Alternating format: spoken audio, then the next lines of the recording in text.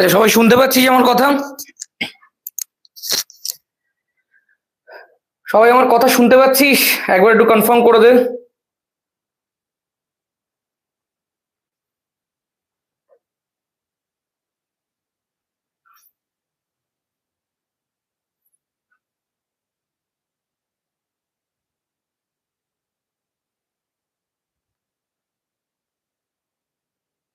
চলো শুরু করা যাক, শুরু করা যাক, শুরু করা যাক।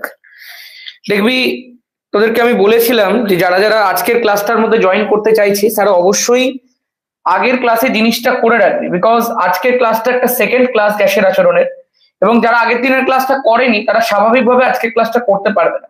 সেই কারণে যদি এমন কেউ থেকে থাকিস যে আগের দিনের ক্লাসটা করিস নি any chance, by any chance, সে আগের ক্লাসটা আগে গিয়ে কর, তারপরে আজকের ক্লাসটার মধ্যে জয়েন করবি। ব্যাপারটা বুঝতে পেরেছিস? বিকজ কোনো ক্লাস তুই স্কিপ করতে পারবি না। তুই ভাবলি হয়তো 1 ক্লাস করবো, 2 করবো না, 3 করবো, এরকম করে তুই করতে পারবি। সো যারা যারা করিসনি তারা আগে গিয়ে ওই ক্লাসটা করবি, তারপরে আজকের ক্লাসটার মধ্যে আসবি। আগের দিনের ক্লাসটা দারুণ ছিল। যাক, চলো। আচ্ছা, তোরা দুটো জিনিস একসাথে দেখতে পাচ্ছিস। একটা হচ্ছে এরকম একটা লাইভ ইন্টারফেস তোদের সামনে চলছে, যেখানে তোরা আমার এই বোর্ডটাকে এবং আমাকে দেখতে পাচ্ছিস।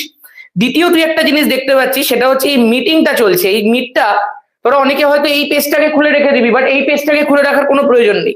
এটাকে ব্যাক করবি, দেখবি এটা এরকম ভাবে মিনিমাইজ হয়ে যাবে এবং তুই লাইভ ক্লাসটাকে খুব সহজেই দেখতে পাবি। ব্যাপারটা বুঝতে পারলি? এইরকম ভাবেই তোকে করতে হবে। এবং এইটা প্রাইভেট ইউটিউব লাইভ। এই লাইভটার সুবিধাটা হচ্ছে যেই মাত্র ক্লাসটা শেষ হবে তোর কাছে এই পুরো ক্লাসটা রেকর্ডেড ভার্সনে চলে যাবে। এবার এই যে লিঙ্কটা আছে, যে ক্লাসের যে তোকে লিঙ্কটা দেওয়া হয়েছে, সেই লিঙ্কটা আফটার ক্লাস আমি লিঙ্ক ট্রি বলে একটা ওয়েবসাইট থেকে সিকিউর করে দেবো। এবং একটা বিষয় খেয়াল রাখিস, ওই লিঙ্ক ট্রি সমেত যদি কেউ শেয়ার করে দেয় ক্লাসটাকে কোনো জায়গাতে, তাহলে তার কিন্তু সেই লিঙ্ক ট্রি অ্যাক্সেসটা লক হয়ে যায়। সেই কারণে কখনো নিজের ওই লিঙ্ক ট্রি যে ওয়েবসাইটটা আমি তোমাকে প্রোভাইড করব সেটা কখনো কাউকে শেয়ার করবে না, বিকজ ওটা লক হয়ে গেলে আর সেই অ্যাক্সেসটা আলাদা করে দেওয়া যায় না দ্বিতীয়বার। ঠিক আছে, ঠিক আছে, চলো শুরু করা যাক, শুরু করা যাক, শুরু করা যাক। তোমাদের কাছে অপশন আছে কথা বলার, তোমরা ক্লাসের মধ্যিখানে কথা বলতে পারবে, কিন্তু ক্লাসের মধ্যিখানে কোনো কথা বলবে না। যখন তোমাকে কথা বলতে বলা হবে তখনই তুমি বলবে, নাহলে ক্লাসে খুব ডিস্টার্ব হয়। ঠিক আছে, এইটা রাখা হয়েছে, যদি কারোর কোনো সমস্যা থাকে সে নিজের কথা বলতে পারে, বাট যখন বলতে বলবো তখনই বলবে। চলো শুরু করা যাক, শুরু করা যাক, শুরু করা যাক। আমাদের আজকে দেখবে এই জিনিসগুলো আমরা সব পড়ে ফেলেছি, গ্যাসের ধর্ম ফর্ম সব আমরা পড়ে ফেলেছি, লেখচিত্র ফেকচিত্র সব শিখে ফেলেছি, এইসব জিনিসপত্র দেখে নিয়েছি। দেখবি এরকম এই ধরনের কার্টুন জাতীয় জিনিসপত্র আমি এআই থেকে জেনারেট করি, এগুলো দিয়ে বুঝতে একটু সুবিধা হয়। তো চার্লসের সূত্রটা তৈরি করার সময়, স্লাইডটা বানানোর সময় আমি এই জিনিসটা বানিয়েছিলাম। যাক, বেশ ভালোই লাগছে। আর এগুলো সব তোরা এখন পারবি, চার্লসের সূত্রপুত্র সব তোরা জানিস এখন। চার্লসের সূত্রের সাহায্যে পরম শূন্য উষ্ণতার ব্যাপারটাও আমি বলেছিলাম, এবং যেখানটায় গিয়ে আমি জিনিসটা শেষ করেছিলাম আমি আজকে সেইখান থেকেই শুরু করব। তোদের নিশ্চয়ই মনে আছে যে চার্লসের সূত্রটা এরকম ছিল, VT equal to V0 plus V0 into T by 273। তোর নিশ্চয়ই একটা জিনিস মনে পড়ছে যে এই যে সূত্রটা আমি তোকে করিয়েছিলাম সেইটা ছিল সেলসিয়াস স্কেলে চার্লসের সূত্র, এবং এই যে ছোট হাতের টিটা সেটাই হচ্ছে ডিগ্রি সেন্টিগ্রেড স্কেলে উষ্ণতা। তোকে আমি জিনিসটা দেখিয়েছিলাম দুরকম ভাবে, যে যদি তুই ডিগ্রি সেন্টিগ্রেড স্কেলে উষ্ণতা ছোট টি এর জায়গাতে -273 ডিগ্রি সেন্টিগ্রেড বসিয়ে দিস, যেটাকে আমি তোদেরকে বলেছিলাম পরম শূন্য উষ্ণতা, তাহলে তুই এই ভিটির ভ্যালুটা 0 পাচ্ছিস। তার থেকে তুই প্রমাণ করতে পারছিস যে পরম শূন্য উষ্ণতায় যে কোনো আদর্শ গ্যাসের আয়তনটা 0 হয়ে যায়। এবং এই কারণেই তো তাকে পরম শূন্য উষ্ণতা বলা হচ্ছে। পরম শূন্য মানেটা কি অ্যাকচুয়ালি? মানে এইটা ওই মহাবিশ্বের সব থেকে নিম্ন, সব থেকে ন্যূনতম টেম্পারেচার, এবং ওই টেম্পারেচারে যে কোনো গ্যাসের আয়তন 0 হয়ে যাচ্ছে। তার মানে গ্যাসটা আর গ্যাস থাকতেই পারছে না, গ্যাসের আয়তনটা পুরোপুরি রূপে 0 হয়ে যাচ্ছে। এটাই হচ্ছে গল্প। এবং এই জিনিসটা তোকে আরো একভাবে আমি প্রমাণ করে দেখিয়েছিলাম। তোকে আমি বলেছিলাম তুই এক কাজ কর, তুই ভিটিটাকে প্রথমে 0 ধরে নে, তুই যখনই ভিটিটাকে 0 বসিয়ে দিবি অটোমেটিক্যালি তুই দেখতে পাবি টি এর ভ্যালুটা চলে আসছে -273 ডিগ্রি সেন্টিগ্রেড। সুতরাং দুরকম ভাবে আমি বিষয়টাকে তোকে প্রমাণ করে দেখালাম যে অ্যাকচুয়ালি -273 ডিগ্রি সেন্টিগ্রেডটাই পরম শূন্য উষ্ণতা। এখন বিষয়টা হচ্ছে এই উষ্ণতাটা, যেটা পরম শূন্য উষ্ণতা আছে, যেটা এই মহাবিশ্বের সব থেকে ন্যূনতম টেম্পারেচার, সেইটাকে কাজে লাগানো হলো। সেইটাকে কাজে লাগিয়ে যেমনি সেলসিয়াস স্কেল আছে, যেমনি ফারেনহাইট স্কেল আছে, সেমনি উষ্ণতা মাপার আরো একটা নতুন স্কেল তৈরি করা হলো। ওরা শুনলে হয়তো অবাক হবি, সেই স্কেলটার নাম হচ্ছে কেলভিন স্কেল। এবং এই কেলভিন স্কেলে যখন কোনো উষ্ণতাকে প্রকাশ করা হয়, যেমনি ধর আমি যদি তোকে বলি সেন্টিগ্রেড স্কেলে বা ফারেনহাইট স্কেলে উষ্ণতা প্রকাশ করার জন্য আমরা এইরকম ভাবে লিখে থাকি 5 ডিগ্রি সেন্টিগ্রেড, বা ধর এরকম 5 তো হয় না, ধর 40 ডিগ্রি বা 32 ডিগ্রি লিখলাম, 32 ডিগ্রি ফারেনহাইট, আমরা এইরকম ভাবে লিখে থাকি, মানে একটা ডিগ্রি বসাই সেলসিয়াস বা ফারেনহাইট লেখার সময়। কিন্তু যখন আমরা কেলভিন স্কেলকে প্রকাশ করব তখন কিন্তু আমরা কোনো ডিগ্রি বসাই না। মানে ধরো আমি কেলভিন স্কেলে কোনো একটা টেম্পারেচার লিখতে চাইছি, তাহলে আমি লিখবো ধরো 32 কেলভিন, ধরো লিখবো 273 কেলভিন, মানে এখানে আমি কোনো ডিগ্রি বসাবো না, জাস্ট কেলভিনের কেটা লিখে দেবো, গল্প শেষ। এখন বিষয়টা হচ্ছে দাদা একটা প্রশ্ন আছে, কি, যেমন ধরো ডিগ্রি সেন্টিগ্রেড স্কেল শুরু হয় 0 ডিগ্রি সেন্টিগ্রেড থেকে, ফারেনহাইট স্কেল শুরু হয় 32 ডিগ্রি ফারেনহাইট থেকে, সেমনি কেলভিন স্কেল কোথা থেকে শুরু হয়, মানে কেলভিন স্কেলের সূত্রপাতটা কোথা থেকে, আর কেলভিন স্কেলের ম্যাক্সিমাম টেম্পারেচারটাই বা কত। দেখ ভাই মন দিয়ে শোন, এই যে পরম শূন্য উষ্ণতা আছে, এই যে -273 ডিগ্রি সেন্টিগ্রেড আছে, এটাকেই শূন্য ধরে কেলভিন স্কেল তৈরি করা হয়েছে। মানে এই -273 ডিগ্রি সেন্টিগ্রেড তাপমাত্রাটাই কেলভিন স্কেলের প্রথম টেম্পারেচার। আমি বললাম একদম। যেমনি সেন্টিগ্রেড স্কেলের প্রথম টেম্পারেচার 0 ডিগ্রি সেন্টিগ্রেড, ফারেনহাইট স্কেলের প্রথম টেম্পারেচার 32 ডিগ্রি ফারেনহাইট, অমনি কেলভিন স্কেলের প্রথম টেম্পারেচার এই -273 ডিগ্রি সেন্টিগ্রেড। মানে -273 degree centigrade equal to 0 Kelvin. আমি বললাম একদম। ওকে ওকে, -273 ডিগ্রি সেন্টিগ্রেড যেটা তোর পরম শূন্য উষ্ণতা, যেটা তোর মহাবিশ্বের সব থেকে ন্যূনতম টেম্পারেচার, যেই টেম্পারেচারে গ্যাসের আয়তন 0 হচ্ছে, সেই টেম্পারেচারটাই কেলভিন স্কেলের ফার্স্ট টেম্পারেচার 0 কেলভিন। এবং তার থেকে তুই আরেকটা ধারণা পেতে পারলি, ধারণাটা হচ্ছে আমি যদি কোনো একটা ডিগ্রি সেন্টিগ্রেড স্কেলের উষ্ণতাকে, মানে এইটা তো একটা ডিগ্রি সেন্টিগ্রেড স্কেলের উষ্ণতা -273 ডিগ্রি সেন্টিগ্রেড, আমি যদি এটাকে কেলভিনে নিয়ে যেতে চাই, তাহলে আমি কত দিয়ে যোগ করলাম রে, নিজে একটু ভেবে বলতো। এইটার ভ্যালুটা কত ছিল, -273, আমি সমান সমান কত লিখছি, 0 কেলভিন লিখছি। তার মানে কোনো একটা ডিগ্রি সেন্টিগ্রেড স্কেলের টেম্পারেচারকে আমি যখন কেলভিনে কনভার্ট করছি, তখন সেইটার সাথে আমি 273 যোগ করছি। খেয়াল করবে প্রত্যেকে। সেই জন্যই -273 ডিগ্রি সেন্টিগ্রেড, যার ভ্যালুটা কত -273, তাকে কেলভিনে নিয়ে যাওয়ার সময় আমি 273 দিয়ে যোগ করলাম, 273 কেটে আলটিমেটলি কিসে চলে গেল বল, কেলভিনে চলে গেল। এই জন্যই ভ্যালুটা দাঁড়ালো 0 কেলভিন।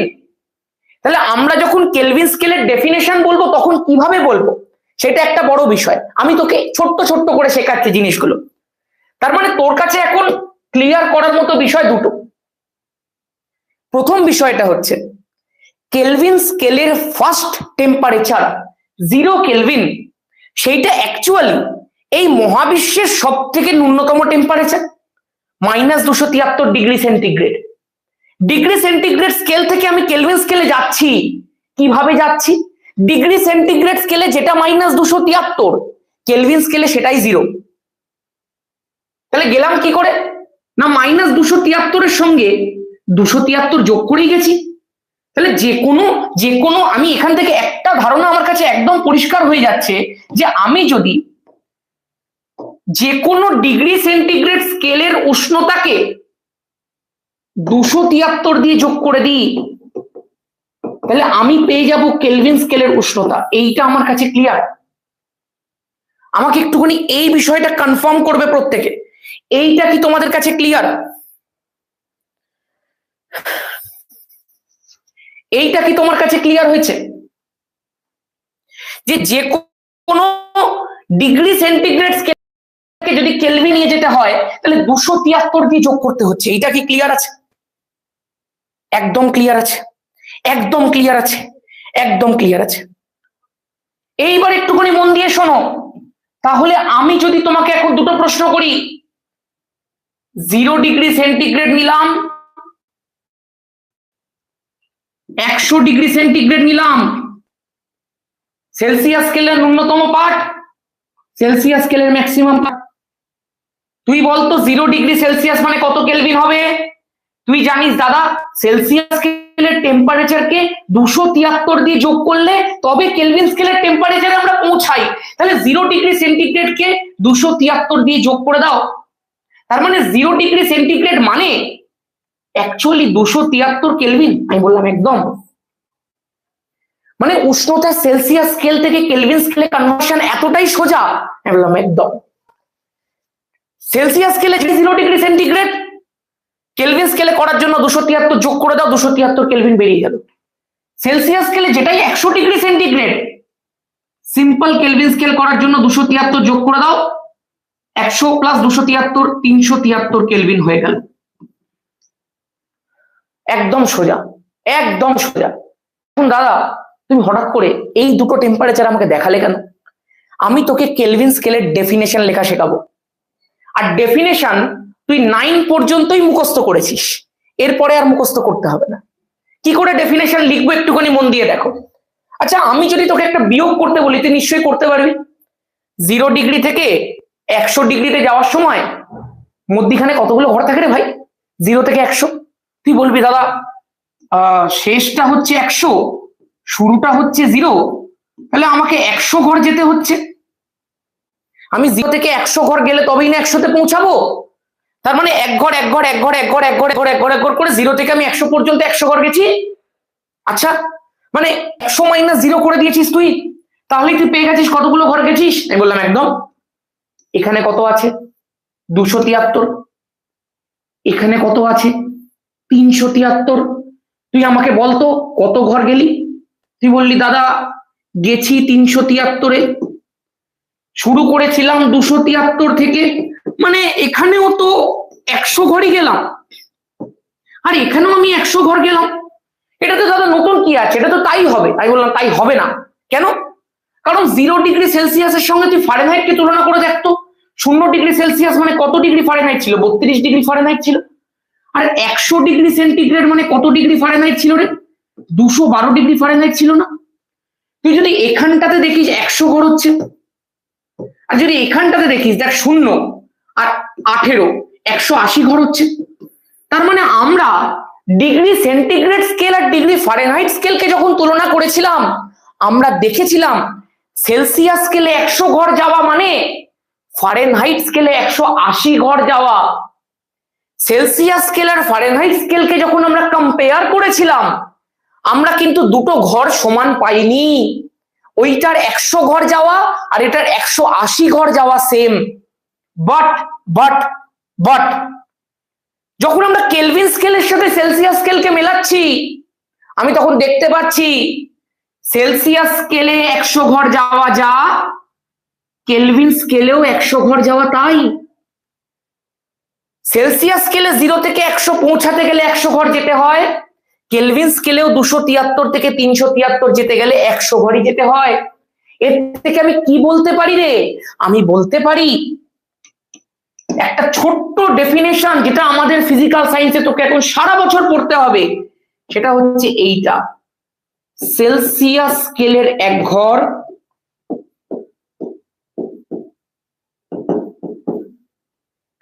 ইকুয়াল টু কেলভিন স্কেলের 1 ঘর। এটা একটা খুব ছোট্ট কথা, কিন্তু একটা খুব দামি কথা, যেটা দিয়ে কেলভিন স্কেলটা তৈরি হয়েছে। তাহলে আমি যদি তোকে এখন বলি যে what is the definition of this Kelvin scale, Kelvin স্কেলটার আমরা ডেফিনেশন কি বলবো, তখন তুই বলবি -273 ডিগ্রি সেন্টিগ্রেড কে 0 ধরে, দেখবি বইয়ের মধ্যে এটা লেখা রয়েছে, -273 ডিগ্রি সেন্টিগ্রেড কে 0 ধরে প্রত্যেক ঘরকে সেলসিয়াস স্কেলের এক ঘরের সমান ধরে উষ্ণতার যে নতুন স্কেল তৈরি হয়েছে তাকে কেলভিন স্কেল বলে। দুটো বৈশিষ্ট্য আছে ডেফিনেশনটার মধ্যে। প্রথম, -273°C-কে 0 ধরে, যেটা তুই বুঝে গেছিস। দ্বিতীয়, সেলসিয়াস স্কেলের এক ঘরের সমান ধরে প্রত্যেকটা ঘরকে, সেটাও তুই বুঝে গেছিস যে কেন এই কথা দুটো লেখা রয়েছে। সেই যে নতুন স্কেলটা তৈরি হলো উষ্ণতা, সেটাই তো কেলভিন স্কেল। আমাকে বলো, দুটো বৈশিষ্ট্য ক্লিয়ার আছে? কেলভিন স্কেলের দুটো বৈশিষ্ট্য ক্লিয়ার আছে?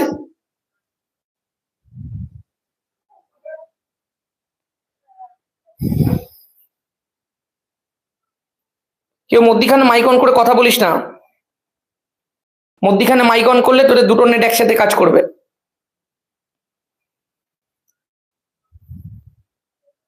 ক্লিয়ার আছে প্রত্যেকের কাছে? আমাকে একবার বলবে, একবার আমাকে কনফার্ম কর প্রত্যেকের কাছে ক্লিয়ার আছে? ক্লিয়ার আছে? ক্লিয়ার আছে? এখান থেকে পুরো ঠিক আছে রে ভাই।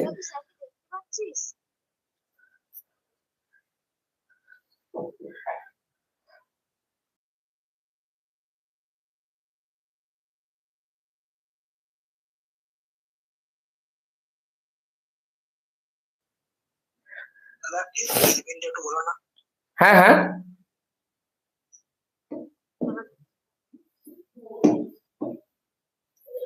ঠিক আছে। এইবার একটা জিনিস মন দিয়ে শোন, একটা জিনিস এবার মন দিয়ে শোন। যাদের যাদের ক্লিয়ার হয়েছে তাদের তাদের ঠিক আছে, আর যারা জিনিসটাকে আরেকবার শুনতে চাইছিস তারা এই জিনিসটাকেই একবার পেছনের দিকে ড্র্যাগ কর, দেখ তুই ক্লাসটাকে আবার একবার দেখতে পাবি। এইটা একটা সুবিধা এটার। যারা যারা এই জিনিসটাকে আরেকবার শুনতে চাইছিস তারা এটাকে জাস্ট একবার পেছনের দিকে ড্র্যাগ কর, তুই এই ক্লাসটাকে আরো একবার শুনতে পাবি, যেটা হয়েছে সেটাকে, পুরো জিনিসটাকে তুই আরেকবার শুনতে পাবি প্রথম থেকে শেষ পর্যন্ত। আমাকে বলো, ফার্দার প্রসিড করি? এই মধ্যিখানে কথা বলিস না রে কেউ। প্রসিড করি, প্রসিড করি, প্রসিড করি, সামনে চলো। তাহলে আমি জাস্ট এখান থেকে যে জিনিসটা বললাম সেই জিনিসটা একদম ছোট্ট করে একবার জাস্ট বলে দিয়ে সামনের দিকে প্রসিড করে যাচ্ছি। আমি বলেছিলাম তোকে দুটো জিনিস। একটা জিনিস হচ্ছে কেলভিন স্কেল মানেটা কি।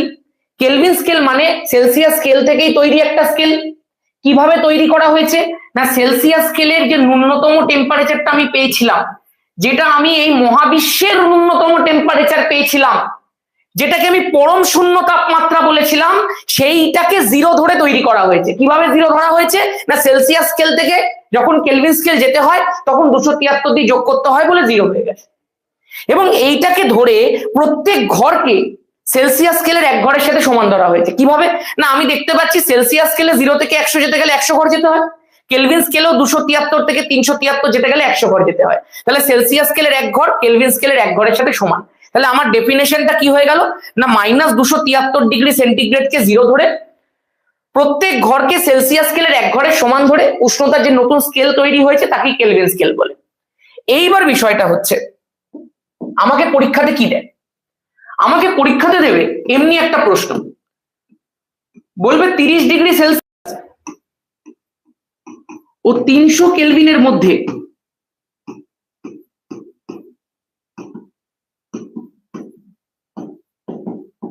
কোনটি বড়? এই যে তুই পুরো জিনিসটা শিখলি, সেখান থেকে তোকে এই প্রশ্নটা দেবে। কি প্রশ্ন বলতো? 30°C আর 300 কেলভিনের মধ্যে কোনটা বড়? আচ্ছা আমাকে একটা কথা বল, গরুর সাথে কোনোদিন গরুর তুলনা হয়? নিশ্চয়ই হয়। কোন গরুটা বড়, কোন গরুটা ছোট, কোন গরুর লেজটা ছোট, কোন গরুর লেজটা বড়?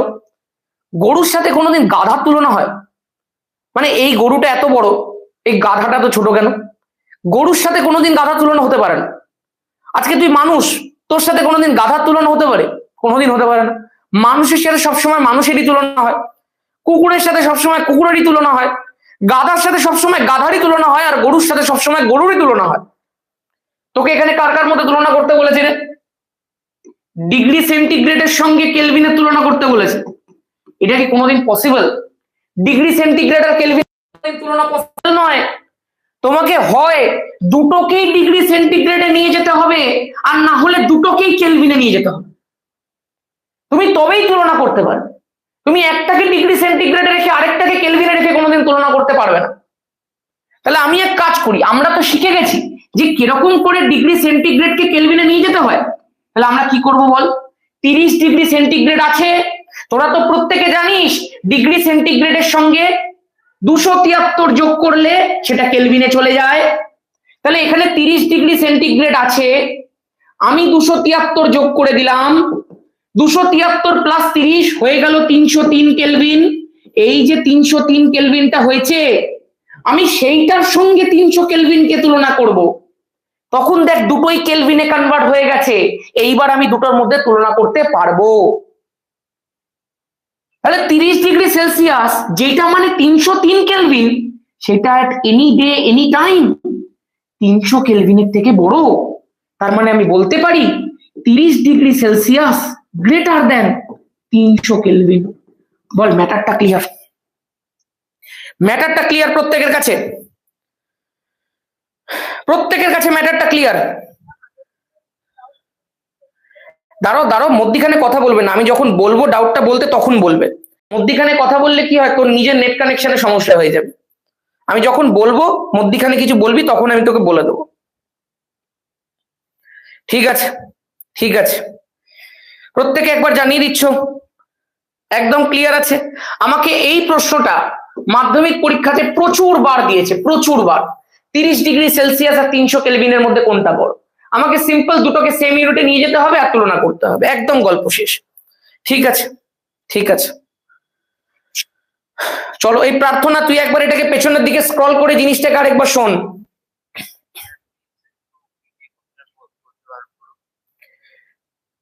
এই মিটের মধ্যে কেউ কথা বলিস না মধ্যিখানে, বাকিদেরও সমস্যা হচ্ছে, এমনি করলে মিটটা কিন্তু ক্লোজ করে দিতে হবে।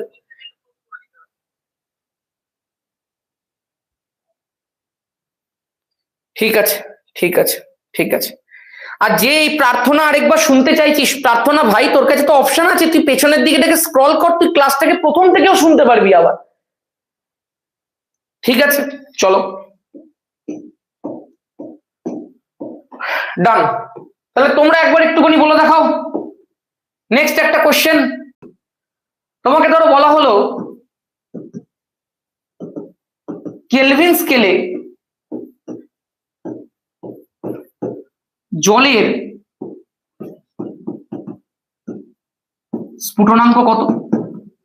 তোমাকে ধরো এই কোশ্চেনটা দেওয়া হলো, কেলভিন স্কেলে জলের স্ফুটনাঙ্ক কত? অ্যান্সার করো তো প্রত্যেকে, প্রত্যেকে অ্যান্সার করবে। কেলভিন স্কেলে জলের স্ফুটনাঙ্ক কত? প্রত্যেকে অ্যান্সার করবে।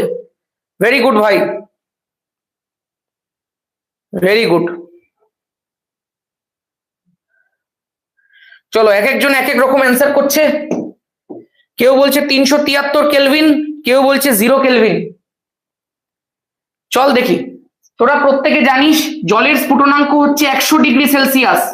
তাহলে 100 ডিগ্রি সেলসিয়াসকে যদি আমি কেলভিনে নিয়ে যেতে চাই, ডিগ্রি সেন্টিগ্রেড থেকে কেলভিনে যাবো কি করে? 273 যোগ করে দেবো। এই প্রশ্নটাও মাধ্যমিকে এসছে, 273 প্লাস 100 হয়ে গেল 373 কেলভিন। তার মানে কেলভিন স্কেলে জলের স্ফুটনাঙ্ক কত? 373 কেলভিন। গল্প শেষ, গল্প শেষ ভাই। আর একটা কথা মনে রাখবে, কেলভিনের কে সবসময় বড় হাতের হয়, ছোট হাতের হয় না। ঠিক আছে, ঠিক আছে, ঠিক আছে, ডান। তোমাকে যদি এখানে প্রশ্ন করতো কেলভিন স্কেলে জলের হিমাঙ্ক কত, তখন কি অ্যান্সার হতো? যদি প্রশ্ন করতো হিমাঙ্ক কত, তখন কি অ্যান্সার হতো? যদি হিমাঙ্ক জিজ্ঞাসা করতো তখন কি অ্যান্সার হতো? ভেরি গুড ভাই, একদম একদম একদম একদম একদম, ভেরি গুড, একদম একদম একদম। চলো তাহলে যদি আমাকে হিমাঙ্ক জিজ্ঞাসা করতো, আমরা প্রত্যেকেই জানি যে হিমাঙ্কের ভ্যালুটা হচ্ছে 0 ডিগ্রি সেলসিয়াস। তাহলে 0 ডিগ্রি সেলসিয়াসের সঙ্গে 273 যোগ করে দেবো, হয়ে গেল 273 কেলভিন। গল্প শেষ, গল্প শেষ, গল্প শেষ হয়ে গেছে। ঠিক আছে, ঠিক আছে, ঠিক আছে, চলো চলো চলো ডান। তাহলে এইটুকু আমার কাছে একদম পরিষ্কার যে তোরা ডিগ্রি সেন্টিগ্রেড স্কেলের পাশাপাশি এখন কেলভিন স্কেলটাকেও জেনে ফেলেছিস? আমাকে একবার প্রত্যেকে কনফার্ম করে দেবে। ডিগ্রি সেন্টিগ্রেড স্কেলের পাশাপাশি কেলভিন স্কেল আমার কাছে ক্লিয়ার, প্রত্যেকে একবার কনফার্ম করবে। কেলভিন স্কেল আমার কাছে ক্লিয়ার, প্রত্যেকের কাছে ক্লিয়ার। কেলভিন স্কেল একদম ক্লিয়ার আছে। কেলভিন স্কেল, কেলভিন স্কেলের প্রথম টেম্পারেচার ক্লিয়ার। কেলভিন স্কেলের কোনো লাস্ট টেম্পারেচার পাওয়া যায়নি ভাই। কেলভিন স্কেলের লাস্ট টেম্পারেচার হবে না অমনি, তুই যত খুশি কেলভিন স্কেলকে বাড়াতে পারিস। একদম একদম একদম একদম একদম ক্লিয়ার। এবার আমার কাছে একটা প্রশ্ন আছে তোদের জন্য। এই প্রশ্নটা বিভিন্ন টেস্ট পেপারের মধ্যে করে থাকে। তোকে বলবে কোন স্কেলে, সব ধরনের কোশ্চেন তোকে আমি করিয়ে দেব, কোন স্কেলে ঋণাত্মক তাপমাত্রা সম্ভব নয়, কোন স্কেলে ঋণাত্মক তাপমাত্রা হয় না, কোন স্কেলে ঋণাত্মক টেম্পারেচার হয় না। অ্যান্সার করো প্রত্যেকে, উপস্থিত বুদ্ধি দিয়ে অ্যান্সার কর প্রত্যেকে। কোন স্কেলে ঋণাত্মক টেম্পারেচার হয় না?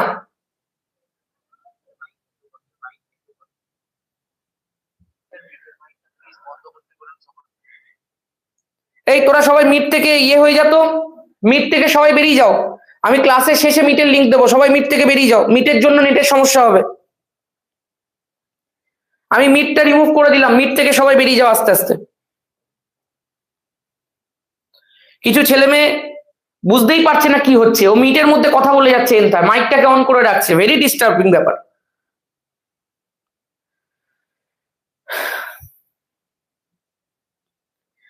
ঠিক আছে ঠিক আছে ঠিক আছে, চল এবার আমি তোকে একটা কথা বলি। কোন স্কেলে ঋণাত্মক টেম্পারেচার হয় না, এইটার অ্যান্সারটা হবে কেলভিন স্কেল। এখন বিষয়টা হচ্ছে যে এটা উত্তর দেওয়াটা তোর পক্ষে এখন অনেক সোজা ছিল। তুই বলবি এক্ষুনি তুমি কেলভিন স্কেল করিস, যেটাই উত্তর দেবো সেটা কেলভিন স্কেলেরই উত্তর হবে। কিন্তু বিষয়টা তোকে বুঝে নিতে হবে যে কেন সেই জিনিসটা হলো। দেখ, আমরা ছোটবেলা থেকে নাম্বার লাইন পড়ে এসছি না, আমরা সেই নাম্বার লাইনের মধ্যে দেখেছি মধ্যখানে থাকে জিরো, এইদিকে থাকে পজিটিভ, এইদিকে থাকে নেগেটিভ। তুই একটা জিনিস খেয়াল করে দেখিস, -273 ডিগ্রি সেন্টিগ্রেডটাই তো 0 কেলভিন ছিল রে ভাই। আর তারপরে যত আমি টেম্পারেচার বাড়াবো কেলভিন স্কেলে, এটা তো সব থেকে ন্যূনতম টেম্পারেচার, এটা তো কেলভিন স্কেলের লোয়েস্ট টেম্পারেচার। কেন লোয়েস্ট? কারণ এটা আর্থের লোয়েস্ট টেম্পারেচার ভাই। এই পৃথিবীতে এর থেকে কম টেম্পারেচার আর নেই। তাহলে এইবার যতই হবে শুধু বাড়তেই পারে, মানে দেওয়ালে পিঠ থেকে গেছে, এবার যা হবে সব উন্নতি হবে, আর অবনতি হতে পারে না। তার মানে এবার যতই হবে সব বাড়তে থাকবে, আর যদি বাড়তে থাকে তাহলে সব ভ্যালু কিসে পাবো আমরা? পজিটিভে পাবো। কোনোদিনও কেলভিন স্কেলের নেগেটিভ ভ্যালু পসিবল নয়, কারণ কেলভিন স্কেল শুরুই হয় 0 থেকে। একদম ক্লিয়ার। চলো, আচ্ছা আরেকটা প্রশ্ন আছে, আরেকটা প্রশ্ন দেয়, বলবে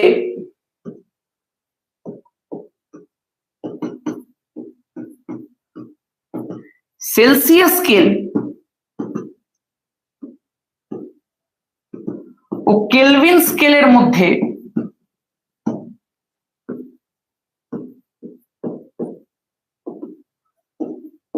কোনটি বেশি মৌলিক? আমি তোকে যে নোটটা প্রোভাইড করব গ্যাসের আচরণে, তার মধ্যে এই সব কোশ্চেনের অ্যান্সার করে দেওয়া থাকবে, বাট এগুলো ক্লাসের মধ্যে তোকে একবার শিখিয়ে দিতে হবে যে কেন এটা হচ্ছে। আচ্ছা, মৌলিক মানে কি? মৌলিক মানে হচ্ছে রিয়েলিস্টিক।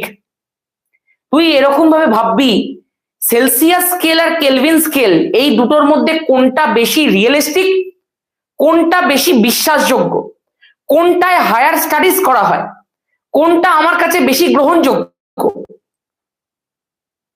এখন তোকে যদি আমি প্রশ্ন করি, তুই এক্ষুনি বলবি কেলভিন স্কেল, তুই এক্ষুনি বলবি কেলভিন স্কেল, কিন্তু তোকে কারণ জিজ্ঞাসা করলে তুই বলতে পারবি না।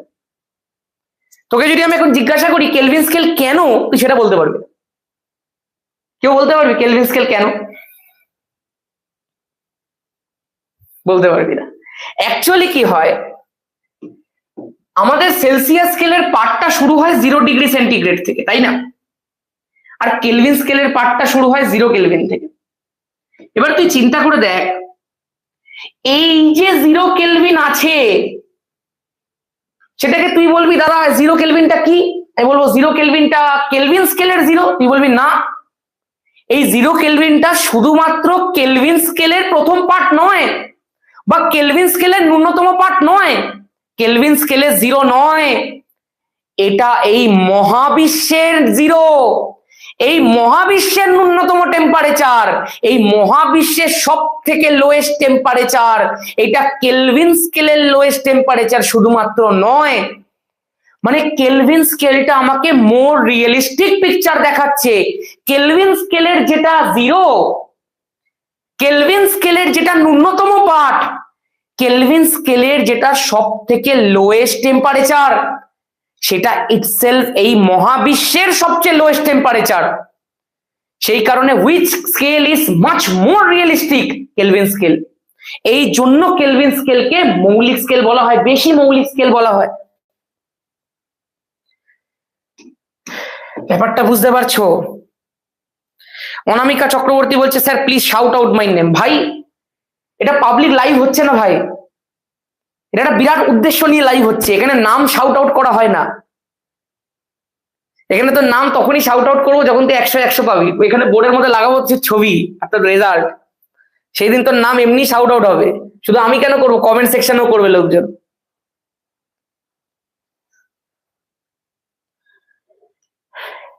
একদম একদম একদম। চলো এবার এখানে একটা বিরাট বড় কনফিউশনের কথা বলি, বিরাট বড় একটা কনফিউশনের কথা বলি, যে জন্য আমি এই জিনিসটা এতক্ষণ ধরে বলিনি, এইবারে বলতে শুরু করছি। এই কেলভিন স্কেলটা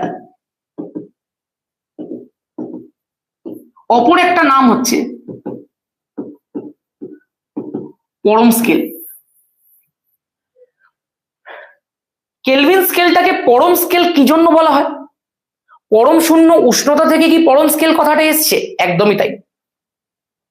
পরম শূন্য উষ্ণতাকে জিরো ধরে তৈরি করা হয়েছে বলে পরম কথাটা এসছে, এটা আমি মানছি। বাট পরম স্কেল কথাটা শুনে তুমি সবসময় পরম শূন্য উষ্ণতা ভেবো না। তোমাকে যদি আমি বলি 5 কেলভিন, এটাও একটা পরম স্কেলের টেম্পারেচার। পরম স্কেল কথাটা তুমি যখনই শুনবে তুমি মনে রাখবে ওটা অ্যাকচুয়ালি কেলভিন স্কেলকেই বলা হচ্ছে। পরম স্কেল কথাটা অ্যাকচুয়ালি কেলভিন স্কেলেরই অপর নাম। পরম কথাটা, এই পরম স্কেল কথাটার সঙ্গে ওই পরম শূন্য উষ্ণতাটাকে কিন্তু গুলিয়ে ফেলবে না। তোমাকে যদি কখনো বলা হয় পরম উষ্ণতা, তোমাকে যদি কখনো বলা হয় পরম উষ্ণতা, তার মানে এইটা কিন্তু পরম স্কেলের উষ্ণতা, মানে এইটা কিন্তু কেলভিন স্কেলের উষ্ণতাকে বোঝাচ্ছে।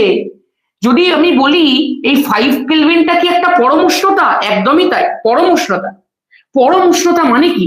কেলভিন স্কেলের উষ্ণতা, কেলভিন স্কেলের পাঠ। আরেকটা কি? পরম শূন্য উষ্ণতা। এইবার তোর কাছে আরো একটুখানি আমি রিয়েলিটি তুলে ধরছি। পরম কথাটার মানেটা কি? Kelvin scale. পরম শূন্য উষ্ণতার ভ্যালু কত? 0 কেলভিন। এইটাই তো পরম স্কেলের জিরো, এই জন্য তার নাম পরম শূন্য। ব্যাপারটা বুঝতে পারছো? প্রত্যেকে নামের মাহাত্ম্য, নামের গভীরতা, কোন জায়গা থেকে নামটা এসছে। অ্যাকচুয়ালি নামটা এসছে এখান থেকে এখানে, নট এখান থেকে এখানে। ব্যাপারটা বুঝে দেখ। পরম শূন্য কথাটা কেন বলা হয়? বিকজ কেলভিন স্কেলকে পরম স্কেল বলে, আর পরম স্কেলের জিরো, এই জন্য নাম তার পরম শূন্য। কথাটা ক্লিয়ার? কথাটা ক্লিয়ার যে অ্যাকচুয়ালি জিনিসটার নাম পরম শূন্য কেন? কারণ এইটা পরম স্কেল বা কেলভিন স্কেলের 0 কেলভিন টেম্পারেচার, এই জন্য তার নাম পরম শূন্য তাপমাত্রা।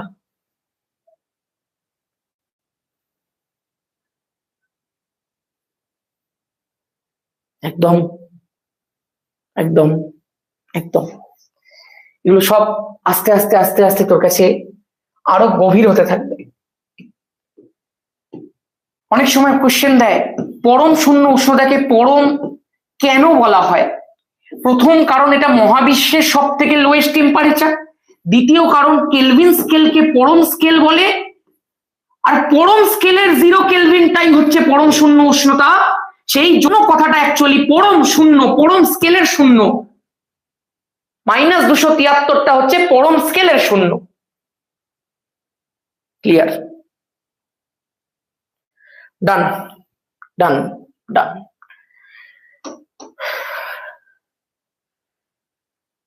আমি বারংবার বলছি, যদি কেউ এই জিনিসটাকে আবারও শুনতে চাও, সে একবার জাস্ট পেছনের দিকে ড্র্যাগ করো এটাকে, এই লাল রঙের কার্সারটাকে ধরে, তুমি দেখবে এই ক্লাসটাকেই তুমি প্রথম থেকে শুনতে পাবে।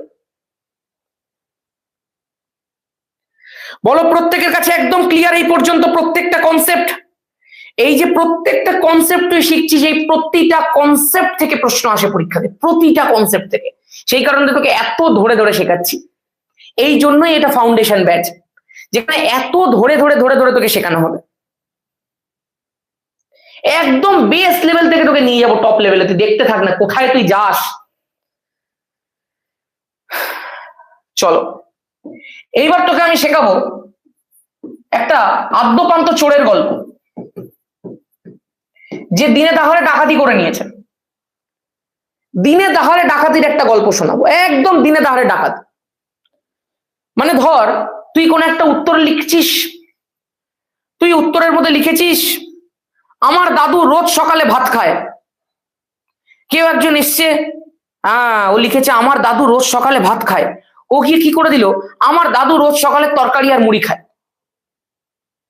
পুরো ঝেপে দিয়েছে, জাস্ট ভাতের জায়গার মধ্যে তরকারি মুড়ি করে দিয়েছে। এইটুকু হচ্ছে ডিফারেন্স। বিজ্ঞানী চার্লসের সূত্রটা মনে আছে? কেলভিন স্কেলের, এই সেলসিয়াস স্কেলে, তোরা প্রত্যেকে সেলসিয়াস স্কেলে চার্লসের সূত্রটা পড়েছিস।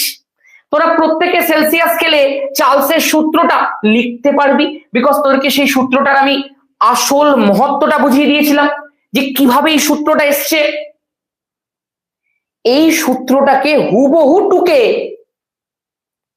বিজ্ঞানী গে লুসাক তার চাপের সূত্র আবিষ্কার করে দিয়েছেন, হুবহু টুকে। এবার যখনই তোকে আমি চাপের সূত্রের কথা বলছি, খুব মন দিয়ে শুনবে, আমাকে একটুখানি তার আগে প্রত্যেকে অ্যান্সার করে দেবে কমেন্ট সেকশনে যে চার্লসের সূত্রটা কার কার মধ্যে সম্পর্ক ছিল, চার্লসের সূত্রটা কার কার মধ্যে সম্পর্ক দেখিয়েছিল, কিসের কিসের মধ্যে সম্পর্ক ছিল চার্লসের সূত্রে। প্রত্যেকে বলবে আমাকে কিসের কিসের মধ্যে সম্পর্ক ছিল, কমেন্ট করো কিসের কিসের মধ্যে সম্পর্ক। ভেরি গুড ভাই, ভেরি গুড। আমার এই স্পেশাল এক্সাম্পলটা মাথায় রাখবি কিন্তু, মিও আমরে কি বলে নিউ মার্কেটের এক্সাম্পল, এরপরে আরো এক্সাম্পল আসবে, মিও আমরের এক্সাম্পল আসবে, এরপরে দেখবি আস্তে আস্তে ভি এবং টি এর মধ্যে। চার্লসের সূত্রটা অ্যাকচুয়ালি আয়তনের সঙ্গে উষ্ণতার সম্পর্ক ছিল, এবং তোরা প্রত্যেকেই জানিস আমি তোকে 4টে রাশিমালা বলে দিয়েছি, একটা হচ্ছে পি, ভি, ডাব্লিউ এবং টি। এই 4টে রাশিমালা একদম নর্মাল, তুই মাথায় রাখ ভাই, যখনই দুজনের মধ্যে সম্পর্ক হবে বাকি দুজন নীরব দর্শক থাকবে, বাকি দুজন ধ্রুবক থাকবে, কাবাব মে হাড্ডি। চার্লসের সূত্রের মধ্যে ভি আর টি এর মধ্যে সম্পর্ক ছিল, ওই জন্য পি আর ডাব্লিউ ধ্রুবক ছিল।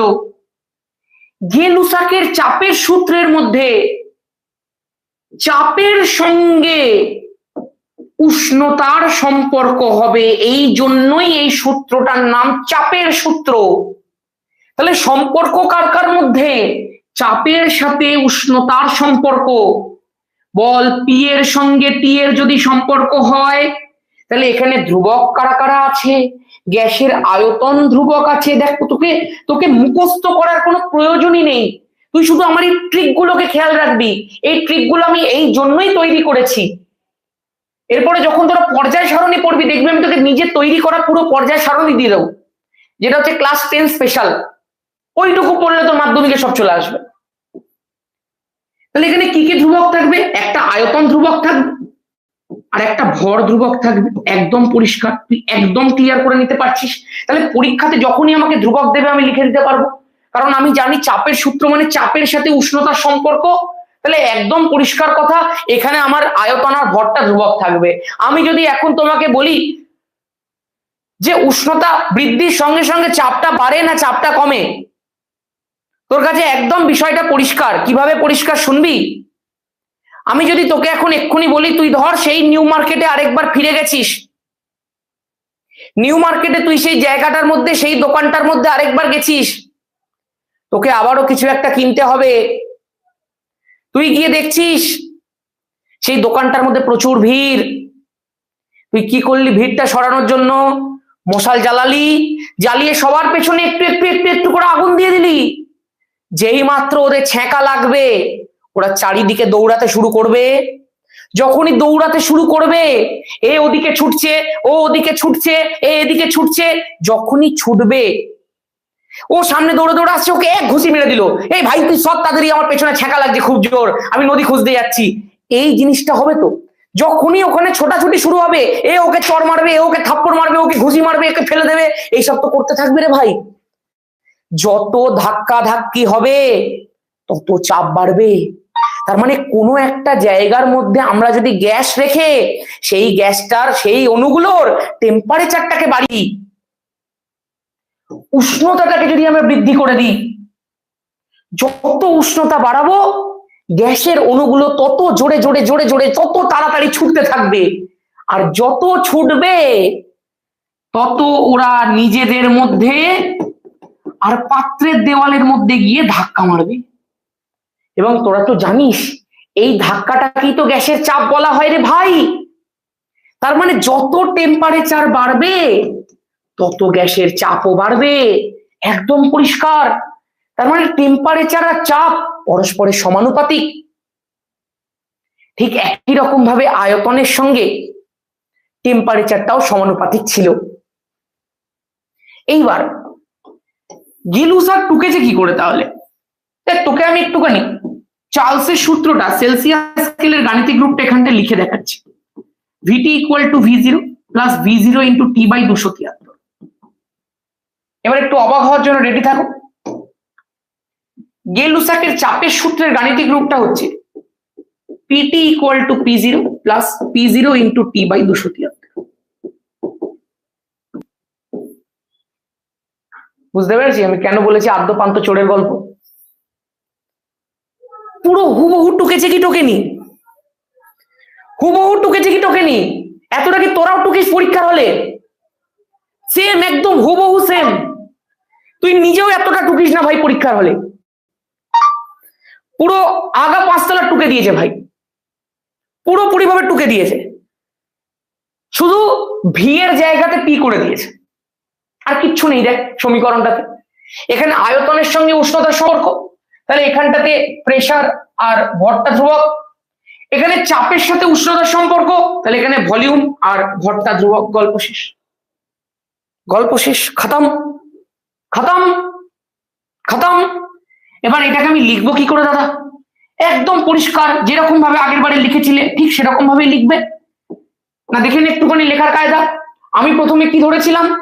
0 ডিগ্রি সেন্টিগ্রেড তাপমাত্রা, বিকজ এটা আমরা সেলসিয়াস স্কেলে করছি, সেটা তুমি ছোট হাতে টি দিয়ে বুঝতে পেরে গেছো। 0 ডিগ্রি সেন্টিগ্রেড তাপমাত্রায় আমরা ধরে নিচ্ছি গ্যাসের চাপ হচ্ছে P0। আমরা 1 ডিগ্রি সেন্টিগ্রেড বাড়াই, তাহলে 1 ডিগ্রি সেন্টিগ্রেড যেই মাত্র আমি করলাম 0 ডিগ্রি থেকে, আমি ধরে নিলাম চাপটা হয়ে গেল P1। এবার তোকে আমি কি শিখিয়েছিলাম? এই P1 এর ভ্যালুটা কত হবে না, 0 ডিগ্রিতে গ্যাসের যে চাপটা ছিল সেটা তো থাকবেই। আর তুই কি জানিস, তুই যেই মাত্র টেম্পারেচারটা বাড়ালি তোর চাপটাও তো বাড়বে। তার মানে P1 এর ভ্যালুটা তো P0 থেকে বড় হবে, কারণ তুই টেম্পারেচারটা বাড়িয়েছিস। আর টেম্পারেচার বাড়ালে তো চাপ বাড়ে, যত তাপমাত্রা বাড়াবো তত ধাক্কা বাড়বে, তত চাপ বাড়বে। তাহলে P1 এর ভ্যালুটা কি হবে না, যেটা P0 ছিল সেটা তো থাকবেই, এর উপরে বাড়বে কতটা না P0 মানে P0 ইন্টু, যেহেতু এখানে 1 লিখেছি সেই জন্য 1/273। একদম পরিষ্কার কথা। তার মানে দাদা এইটাকে আমি সূত্রের মাধ্যমে লিখবো কি করে? আমি বলবো তুই একদম কিচ্ছু চাপ না নিয়ে যেমনি করে চার্লসের সূত্র লিখেছিলি সেই জায়গাটার মধ্যে যা। এবার এখানটাতে জাস্ট দুটো চেঞ্জেস করবো, দেখ একটুখানি কি কি চেঞ্জেস করছি। স্থির চাপে আছে, তুইও বুঝতে পারছিস এখন চাপ হবে না, এখানে কি হয়ে যাবে স্থির আয়তনে। নির্দিষ্ট ভরের কোন গ্যাসের উষ্ণতা প্রতি 1 ডিগ্রি সেন্টিগ্রেড বৃদ্ধি বা হ্রাসের জন্য গ্যাসটি 0 ডিগ্রি সেন্টিগ্রেড উষ্ণতায় যে আয়তন নয়, যে চাপ থাকে, তার 1/273 অংশ যথাক্রমে বৃদ্ধি বা হ্রাস পায়। গল্প শেষ। গল্প শেষ। এটাই সূত্র, এটাই সূত্র। গাণিতিক রূপটা বানাও নিজেরা।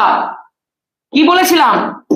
0 ডিগ্রিতে চাপের ভ্যালু P0, 1 ডিগ্রিতে চাপের ভ্যালু যদি P1 হয়, তাহলে P1 এর ভ্যালু কি হবে? যেটা P0 ছিল সেটা থাকবেই, প্লাস 0 ডিগ্রি উষ্ণতায় যে আয়তন থাকে তার বদলে আমি লিখে দিই 0 ডিগ্রি সেন্টিগ্রেড উষ্ণতায় যে চাপ থাকে সেটা তো থাকলোই, আর বাড়লো কতটা? তার 1/273 অংশ বৃদ্ধি পেল। তার মানে কার? P0 1/273 অংশ বৃদ্ধি পেল, ওই জন্য সামনে বসালাম প্লাস। গল্প শেষ। এটাকে যদি জেনারেলি লিখতে হয়, 1 লিখেছি বলে 1 লিখেছি, তাহলে T লিখবো বলে T লিখে দেবো। P0 plus P0 into T/273। গল্প শেষ। প্রত্যেকে বলো গাছের পাতা সবুজ। বলো কমপ্লিট। বলো কমপ্লিট। লিখতে পারবে? এই জিনিসটা লিখতে গিয়ে এখনকার মাধ্যমিকের ছেলে মেয়েগুলো কেউ কেউ স্ট্রাগল করবে, কিন্তু তোরা করবি, বিকজ তোদের বেস একদম কংক্রিট দিয়ে তৈরি। কমপ্লিট, একদম কমপ্লিট। আমাদেরকে এটা দেখতেই হবে না, আমরা লিখে দেবো ভাই। এমন জায়গাতে চলে এসেছিস তোরা, এখন তুই লিখে দিবি, তুই এই গাণিতিক রূপও লিখে দিবি নিজে থেকে। এবং ট্রাস্ট মি, এটা খুব কঠিন জিনিস, এটা এত সহজ নয়। নিউ কামারদের জন্য, নিউ বিগিনারদের জন্য চার্লসের সূত্র লেখা ইজ ভেরি ডিফিকাল্ট। বাট তুই প্রসেস জেনে গেছিস, তুই এখন যা খুশি লিখে দিবি এবং তোর ভুল হবে না। তুই প্রসেস জানিস যে প্রথমে ধ্রুবক লিখবো, ধ্রুবক লেখার পরে কিভাবে এই জিনিসটাকে, স্টেটমেন্টটাকে তৈরি করতে হয় সেটাও তুই জানিস, এবং এই স্টেটমেন্টটার মহত্বটাও তুই জানিস, স্টেটমেন্টটার লজিকটাও তুই জানিস। গল্প শেষ। এবার আমি যদি তোকে জিজ্ঞাসা করি, তুই আমাকে বলতো P T equal to P0 plus P0 into T/273, এই যে সমীকরণটা, এটা থেকে যদি কোনো গ্রাফ আমাকে দেয় সেটা কিভাবে আঁকবো? না, কি গ্রাফ দেবে? এরকম একটা গ্রাফ দেবে তোকে পরীক্ষাতে।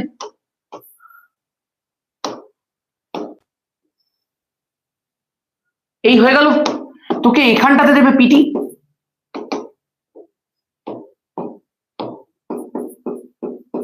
আর এখানটাতে দেবে টি। তুইও জানিস, আমিও জানি, এই পিটিটা হচ্ছে তোর ওয়াই, আর এই টিটা হচ্ছে তোর এক্স। সমীকরণটা হচ্ছে y equal to c plus mx। দাদা, এই সি পার্টটা কিছুটা উঁচু থেকে শুরু হয়, মূল বিন্দু থেকে হয় না। আমি বললাম হ্যাঁ। এম এর ভ্যালুটা দাদা পজিটিভ আছে, তার মানে লেখচিত্রটা উপরের দিকে উঠবে। আমি বললাম একদম। তাহলে কিভাবে করব?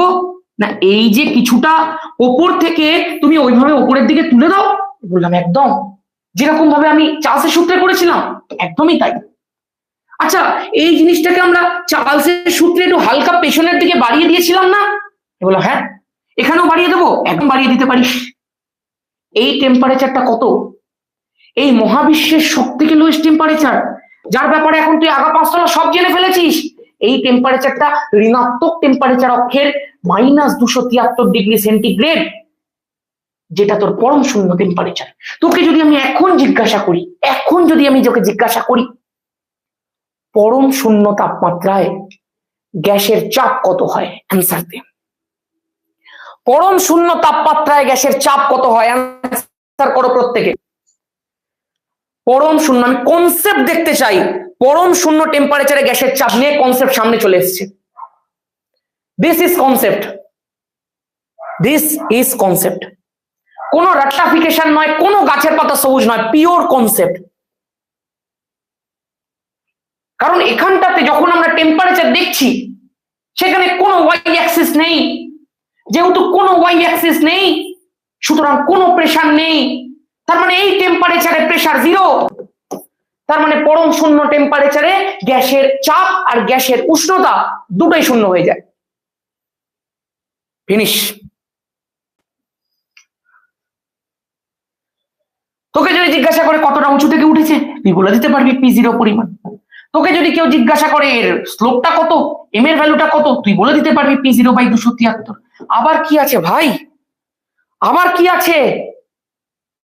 ইন দিস স্ট্যান্ডার্ড জানুয়ারি মাসে দাঁড়িয়ে তুই যদি এই জিনিসটাকে এরকম ভাবে গড়গড় করে লিখে দিতে পারিস, তাহলে মাথায় রাখবি তোর মাধ্যমিক খুব জল আছে। আমি তোকে চ্যালেঞ্জ করে বলছি, ধামাকা ব্যাচে যে 1200 জন আছে, তুই সেই 1200 জনকে জিজ্ঞাসা করে নে, যদি ওরা প্রপারলি পড়ে থাকে সবাই পারবে। বাট তুই ইন জেনারেল জিজ্ঞাসা কর, 80% অফ স্টুডেন্ট চার্লসের সূত্র ঠিকভাবে লিখতেই পারবে না। আমি গ্যারেন্টি দিয়ে বলতে পারি এইবারে যারা মাধ্যমিক দেবে, বিকজ চার্লসের সূত্র তুই যদি একবার রাক্টিফিকেশন করে নিস, তুই কোনোদিন চার্লসের সূত্র লিখতে পারবি না। কিছু না কিছু তোর ভুল হবেই হবে। কিছুদিন পরে আমি তোদেরকে তাপের ঘটনা সমূহ চ্যাপ্টার পড়াবো, সেখানে তুই দেখতে পাবি একটা ডেফিনেশন আছে, এখান থেকে শুরু এইখানে গিয়ে শেষ, এত বড় ডেফিনেশন।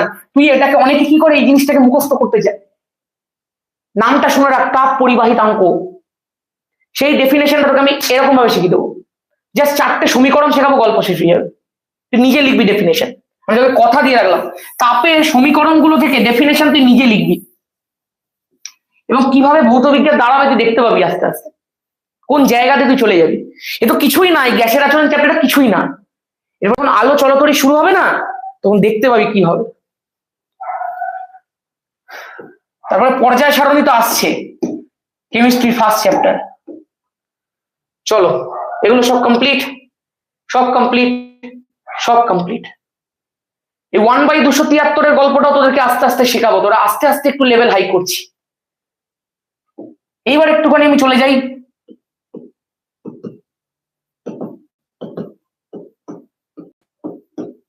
কেলভিন স্কেলে।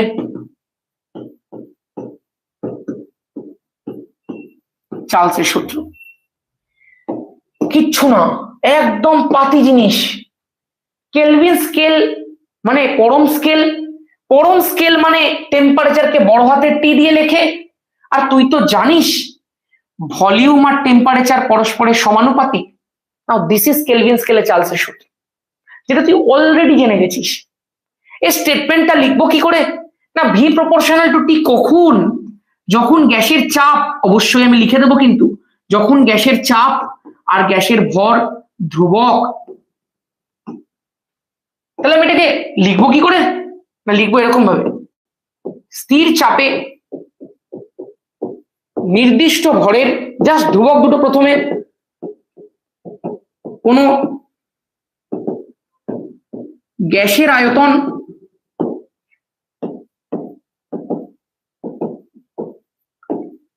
তার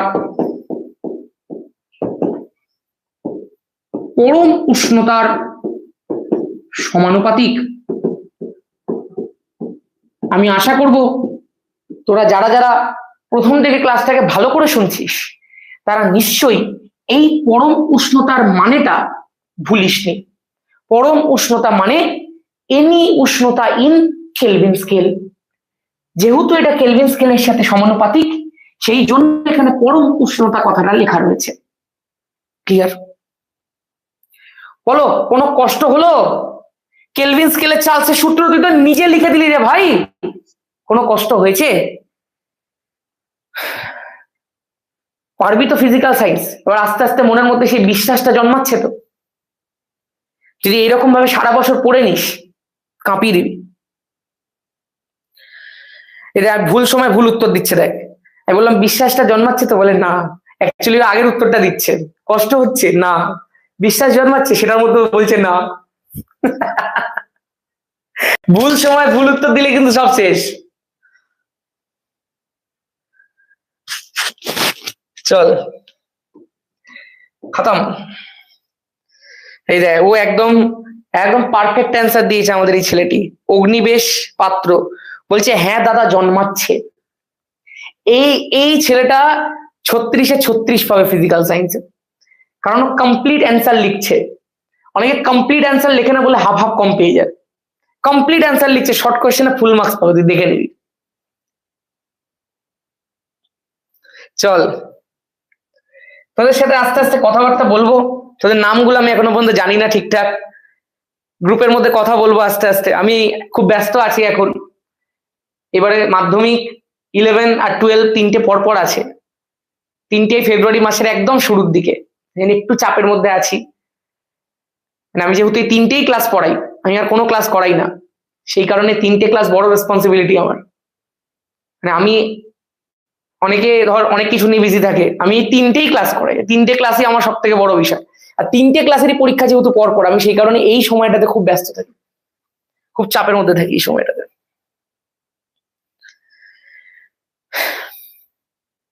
এটা চক্রবর্তী শোভন বলছে হ্যালো দাদা। এই শুরু করে দিচ্ছে, কে কে নোট বানাচ্ছ? আমাদের আগের বছরের 10-এর একটি ছেলে ছিল, একবার বলেছে, অনিশা বলে একটি মেয়ে আছে জানিস তো, 10-এ পড়ে। অনিশা এখন কমেন্ট করেছে, তো তাকে লিখেছে, অনিশা তুমি কি এখানে থাকো মুর্শিদাবাদ? ভাই কি দরকার তো জানার? আমি ওকে ক্লাসের মধ্যে এমন রোস্ট করেছিলাম, পরের দিন থেকে লাইভে জয়েন করে না, রেকর্ডেড ভার্সন দেখে। কি দরকার তো জানার অনিশা কোথায় থাকে? হ্যাঁ বলে ক্লাসের মধ্যে বলছে, অনিশা তুমি কোথায় থাকো? মুর্শিদাবাদে থাকো। আরে কি দরকার তো জানার ভাই, ও কোথায় থাকে? কয়েকজন লিখবে আবার ক্লাস চলাকালীন, বন্ধু হবে? আরে তুই কে রে? তুই কাকে লিখছিস ভাই বন্ধু হবে? এই খেয়াল করবি যে কোনো জায়গায় তুই কি কমেন্ট করবি, দেখবি বিশেষ করে এগুলো মেয়েদের সাথে হয়, কমেন্ট করবি, কেউ না কেউ এসে লিখবে বন্ধু হবে। আরে কি অবস্থা ভাই! আমি দেখছিলাম সেদিনে, সম্ভবত শ্রেষ্ঠা কমেন্ট করেছিল আমার কোন একটা ভিডিওতে, আগে যে গ্যাসের আচরণে ভিডিওটা দিয়েছি, ওর কমেন্টের মধ্যে কেউ কি রিপ্লাই করেছে বন্ধু হবে। আলাদাই ব্যবস্থা আবার চলছে ভাই লোকজনের। পড়াশোনা, পরের মাসে মাধ্যমিক, কিচ্ছু যায় আসে না, the most important thing is বন্ধু হবে। আলাদাই ব্যাপার, আলাদাই ব্যাপার ভাই, লোকজন হেভি চিল আছে, আমি মনে হয় চিল থাকতে পারছি না, দেখলে হাসিও পায়, কি বলবো আর। দাদা আমি কাঁপিয়ে দেবো ফিজিক্যাল সায়েন্সে। আরে তুই দেখতে থাক না, কোন জায়গাতে যাবো তুই দেখতে থাক না। এখন তো মাধ্যমিক 2026-এর জন্য আমাদের চ্যানেলের মধ্যে ভিডিও আসছে, যখন তোদের এই ক্লাসগুলোর যে রিভিশন হবে ইউটিউবের মধ্যে, তুই এখানে ক্লাস করছিস সেখানে তুই থেমে যাবি না, এর রিভিশন হবে, এর উপরে প্রবলেম প্র্যাকটিস হবে, সব হবে, তোকে গুলে খাইয়ে দেবো আমি, তুই দেখ না কি হবে। তুই এখনো বুঝতে পারিস না আমি কি করতে চলেছি, ধরতে পারছিস না ব্যাপারটা। এবছরে মাধ্যমিকের ছেলেমেয়েরা ধরে ফেলেছে, বড় সেটিং হবে ভাই।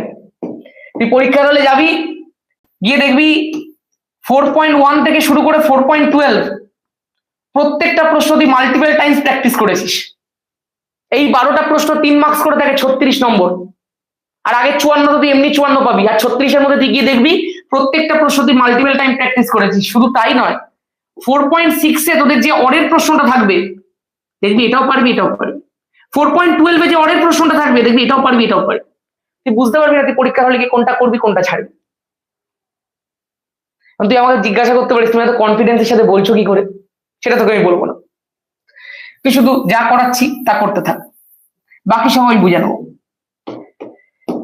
এত বছর ধরে মাধ্যমিক 11 আর 12 যদি কেউ তিনটেই ক্লাস নিয়ে পড়ে থাকে, যদি কেউ সেগুলো নার্ভটা ধরে নিতে পারে যে অ্যাকচুয়ালি তারা প্রশ্নটা করে কিভাবে, তাহলে যে কেউ ওদের কোয়েশ্চেন প্রেডিক্ট করে দিতে পারে। আর আমি এটা 1 বছর করেছি না, পরপর 5 বছর করেছি, যা পড়েছি তাই এসছে। দ্যাটস ওয়াই আমি তোকে এতটা কনফিডেন্সের সাথে বলছি। চল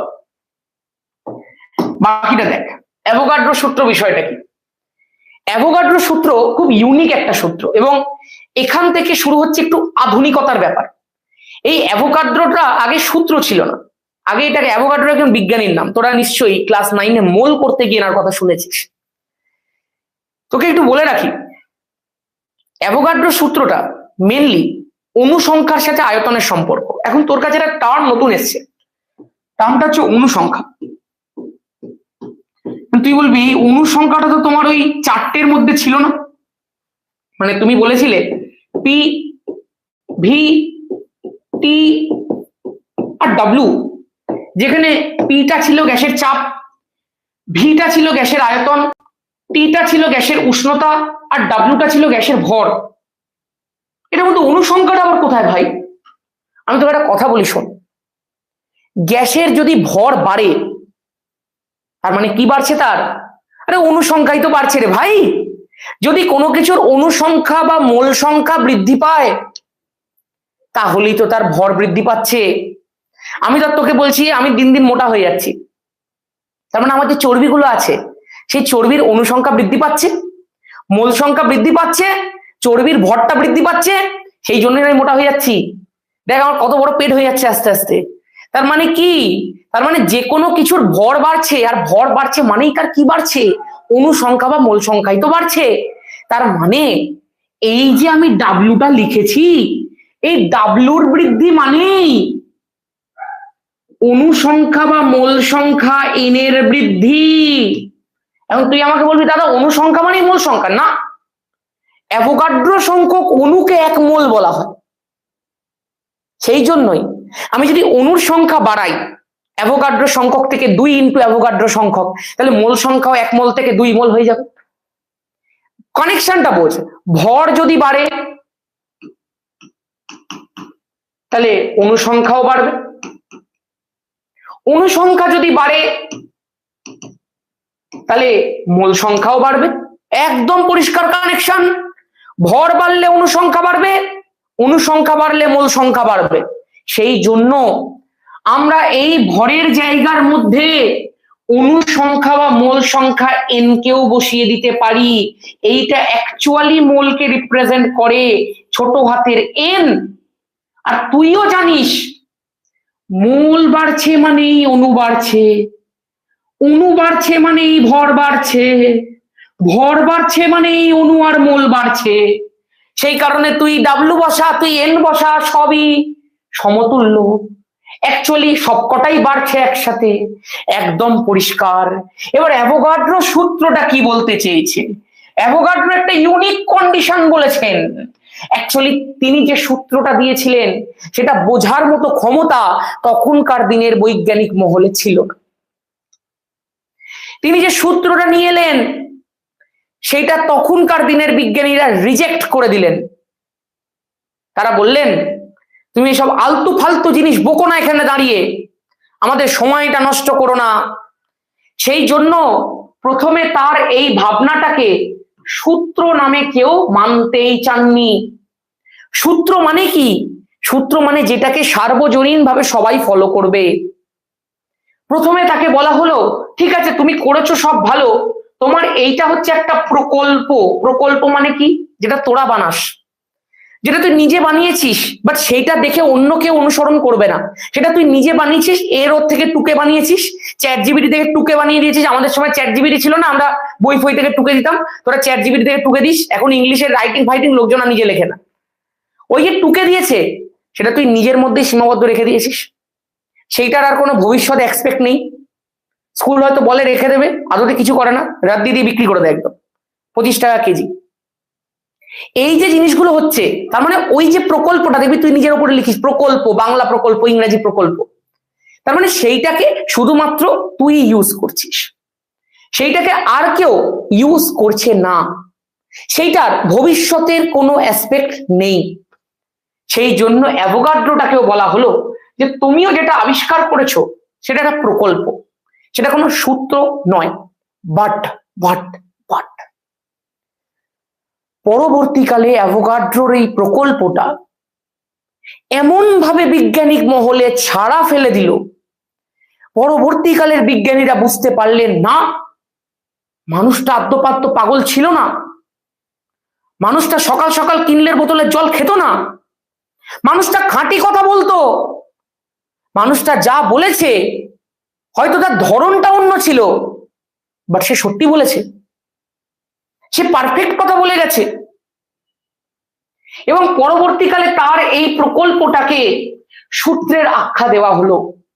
এই জন্যই আমি এখানে লিখতে পেরেছি অ্যাভোগাড্রোর সূত্র। এখন তুই বলবি দাদা অনেক সাসপেন্স থ্রিলার হচ্ছে, সূত্রটা কি অ্যাকচুয়ালি? অ্যাভোগাড্রো বলেছিলেন যদি আমি একটা নির্দিষ্ট টেম্পারেচার আর একটা নির্দিষ্ট প্রেসার ফিক্স করে দিই, মানে আমি টেম্পারেচারটাকেও ফিক্স করে দিলাম, আমি প্রেসারটাকেও ফিক্স করে দিলাম, যা হবে একদম এই দুটোর মধ্যে সেম হবে, টেম্পারেচারও সেম থাকছে, প্রেসারও সেম থাকছে। নিয়ে তিনি বললেন আমি এখানে 5 লিটার বা 5 সেন্টিমিটার কিউব হাইড্রোজেন গ্যাস নেব, 5 centimetre cube carbon die oxide gas নেব, 5 সেন্টিমিটার কিউব অক্সিজেন গ্যাস নেব। আমাকে একটুখানি প্রত্যেকে বলবে এই তিনটে গ্যাস আলাদা, প্রত্যেকে এই ব্যাপারটা তো জানিস। এই তিনটে গ্যাস আলাদা, এই তিনটে গ্যাস আলাদা একদম।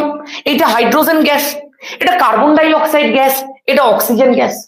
তিনটে গ্যাস একদম আলাদা, একদম আলাদা, একদম আলাদা।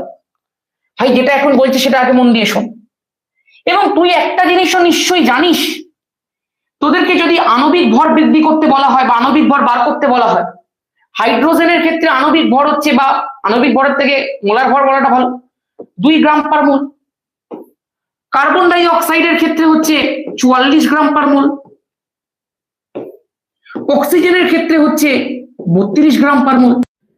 তুই একটা জিনিস বুঝতে পারছিস যে আমি যে তিনখানা গ্যাস নিয়েছি সেই তিনটে গ্যাসের মোলার ভর আলাদা, তিনটে গ্যাসের ধর্ম আলাদা, তিনটে গ্যাসের সমস্ত কিছু আলাদা, বাট তিনটে গ্যাসের একটা জিনিস সেম। সেটা কি? আয়তন। আমি তিনটেকেই 5 centimetre cube 5 centimetre cube 5 centimetre cube নিয়ে নিয়েছি, এবং এই তিনটে গ্যাসকেই আমি একটা নির্দিষ্ট টেম্পারেচার, একটা নির্দিষ্ট প্রেসারে রেখে দিয়েছি। বিজ্ঞানী অ্যাভোগাড্রো বলেছিলেন হতে পারে তিনটে গ্যাসের মোলার ভর আলাদা, হতে পারে তিনটে গ্যাসের ধর্ম আলাদা, কিন্তু যেহেতু তাদের ভলিউম সেম, যেহেতু তাদের আয়তন সেম, সেই কারণে তাদের অণু সংখ্যা সেম হবে। এইটাই তখনকার দিনের বিজ্ঞানীদের মাথায় ঢোকেনি যে এটা কি বলছে রে, এটা আদৌ হতে পারে, এটা কি সত্যি সম্ভব? এক্স্যাক্টলি সম্ভব। আমি তোকে এক্ষুনি দেখাবো এটা সম্ভব। কিভাবে দেখাবো? তুই 9 এর মোল থেকে এটাকে কানেক্ট করবি। দেখ, তোরা প্রত্যেকে আমার 9 এর ওই মোলের ভিডিওটা কেউ কেউ নিশ্চয়ই দেখেছিস। সেখানে আমি তোদেরকে এসটিপি কন্ডিশন করিয়েছিলাম, মনে আছে? Standard temperature and pressure condition করিয়েছিলাম, মনে আছে? এসটিপি করিয়েছিলাম 9 এ, মনে আছে? প্রত্যেকে একবার বল এসটিপি কন্ডিশন, যে যেখানেই থাকিস ব্যাপারটা মনে আছে? Standard temperature and pressure, STP condition খেয়াল আছে? খেয়াল আছে প্রত্যেকের? STP condition, standard temperature and pressure খেয়াল করে দেখিস একটুখানি। আমি যদি, খুব ভালো করে মন দিয়ে শোন, প্রত্যেকে এটার সাথে এগ্রি হবি, আমি যদি এসটিপিতে, এসটিপি মানে হচ্ছে স্ট্যান্ডার্ড টেম্পারেচার এন্ড প্রেসার, এই এসটিপিতে মানে যেখানে টেম্পারেচারের ভ্যালু 0 ডিগ্রি সেন্টিগ্রেড মানে 273 কেলভিন, মানে টেম্পারেচারটাকে আমি করে দিলাম ফিক্স। যেখানে প্রেসারের ভ্যালু হচ্ছে 1 এটিএম, 1 এটিএম মানে কি? 76 সেন্টিমিটার পারস্তম্ভের চাপ,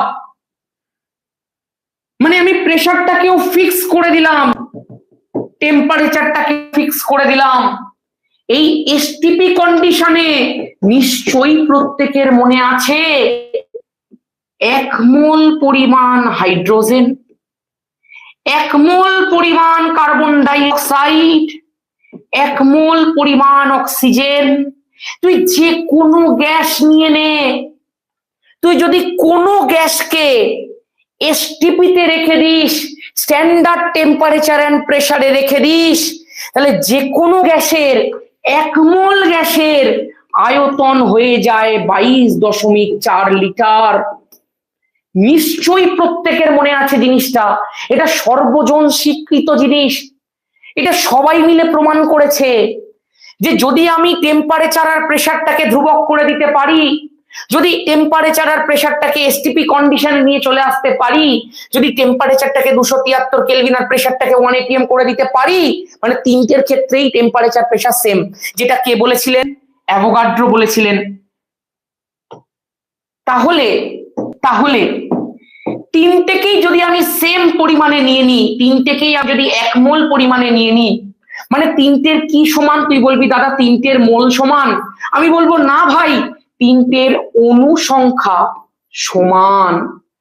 এইটার মধ্যেও আছে অ্যাভোগাড্রো সংখ্যক অণু, এইটার মধ্যেও আছে অ্যাভোগাড্রো সংখ্যক অণু, এইটার মধ্যেও আছে অ্যাভোগাড্রো সংখ্যক অণু, মানে তিনজনের অণু সংখ্যা সমান।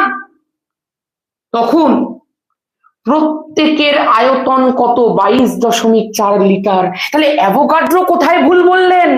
তিনি কি বলেছেন? যদি আমি টেম্পারেচার আর প্রেসারটাকে ফিক্স করে দিই, তাহলে প্রত্যেকটা ইন্ডিভিজুয়াল গ্যাস তাদেরকে যদি আমি সেম ভলিউমে নিয়ে নিতে পারি, দেখো সেম ভলিউমে যদি আমি তিনটে গ্যাসকে নিয়ে নিতে পারি, তাহলে তিনজনের অণু সংখ্যা সমান হবে। তিনজনের অণু সংখ্যা তো সমানই হয়েছে। এইটা তো তোর সর্বজন স্বীকৃত ভাই, এটা তো তুই নিজে ধরে অঙ্ক করেছিস। বল অ্যাভোগাড্রো সূত্রের কানেকশনটা বুঝতে পারছিস? যদি টেম্পারেচার প্রেসারটা ফিক্স করে দিই, তাহলে সম আয়তনের সকল গ্যাসেই সমান সংখ্যক অণু বর্তমান। সেই জন্যই তো এসটিপি কন্ডিশনে 1 মোল পরিমাণ যে কোনো গ্যাসের আয়তন 22.4 লিটার ছিল। মানে প্রত্যেকটা গ্যাসের যদি আমি আয়তনটাকে সেম নিই, যদি আমি তিনটে গ্যাসের ভলিউমটাকে সেম করি, তাহলে তিনটে গ্যাসের মধ্যেই অ্যাভোগাড্রো সংখ্যক অণু থাকবে, সমান সংখ্যক অণু থাকবে, মানে তিনটেই 1 মোল হয়ে যাবে। কানেকশনটা বুঝতে পারছো দুটোর মধ্যে? যেটা আমরা 9-এ পড়তাম আর 10-এ অ্যাভোগাড্রো সূত্র, দুটোর মধ্যে কানেকশনটা বুঝতে পেরেছো প্রত্যেকে? অনুসংখ্যার মূল সংখ্যার মধ্যে পার্থক্য কি? যেমনি 1 ডজন কলাটা 12টা কলাটাকে নির্দেশ করে, 1 ডজন আর 12-র মধ্যে পার্থক্য কি? 12টাকে একসাথে তুই 1 ডজন বলিস, সেমনি অ্যাভোগাড্রো সংখ্যক অণুকে তুই একসাথে মোল বলিস। অ্যাভোগাড্রো সংখ্যক একদম ছড়িয়েছি তুই এত বড় সংখ্যা, সেটাকে তুই 1 মোল হিসেবে প্রকাশ করছিস। অণু সংখ্যার একটা ছোট্ট ভার্সন হচ্ছে মোল। তাহলে আমাকে যদি কেউ বলে অ্যাভোগাড্রো সূত্রটাকে ভাষায় প্রকাশ করো, তাহলে আমি কি লিখবো? লিখবো আমি এরকম, জাস্ট কানেক্ট করবি, কানেক্ট। একই চাপ ও উষ্ণতায় সম আয়তন সকল গ্যাসে সমান সংখ্যক অণু বর্তমান।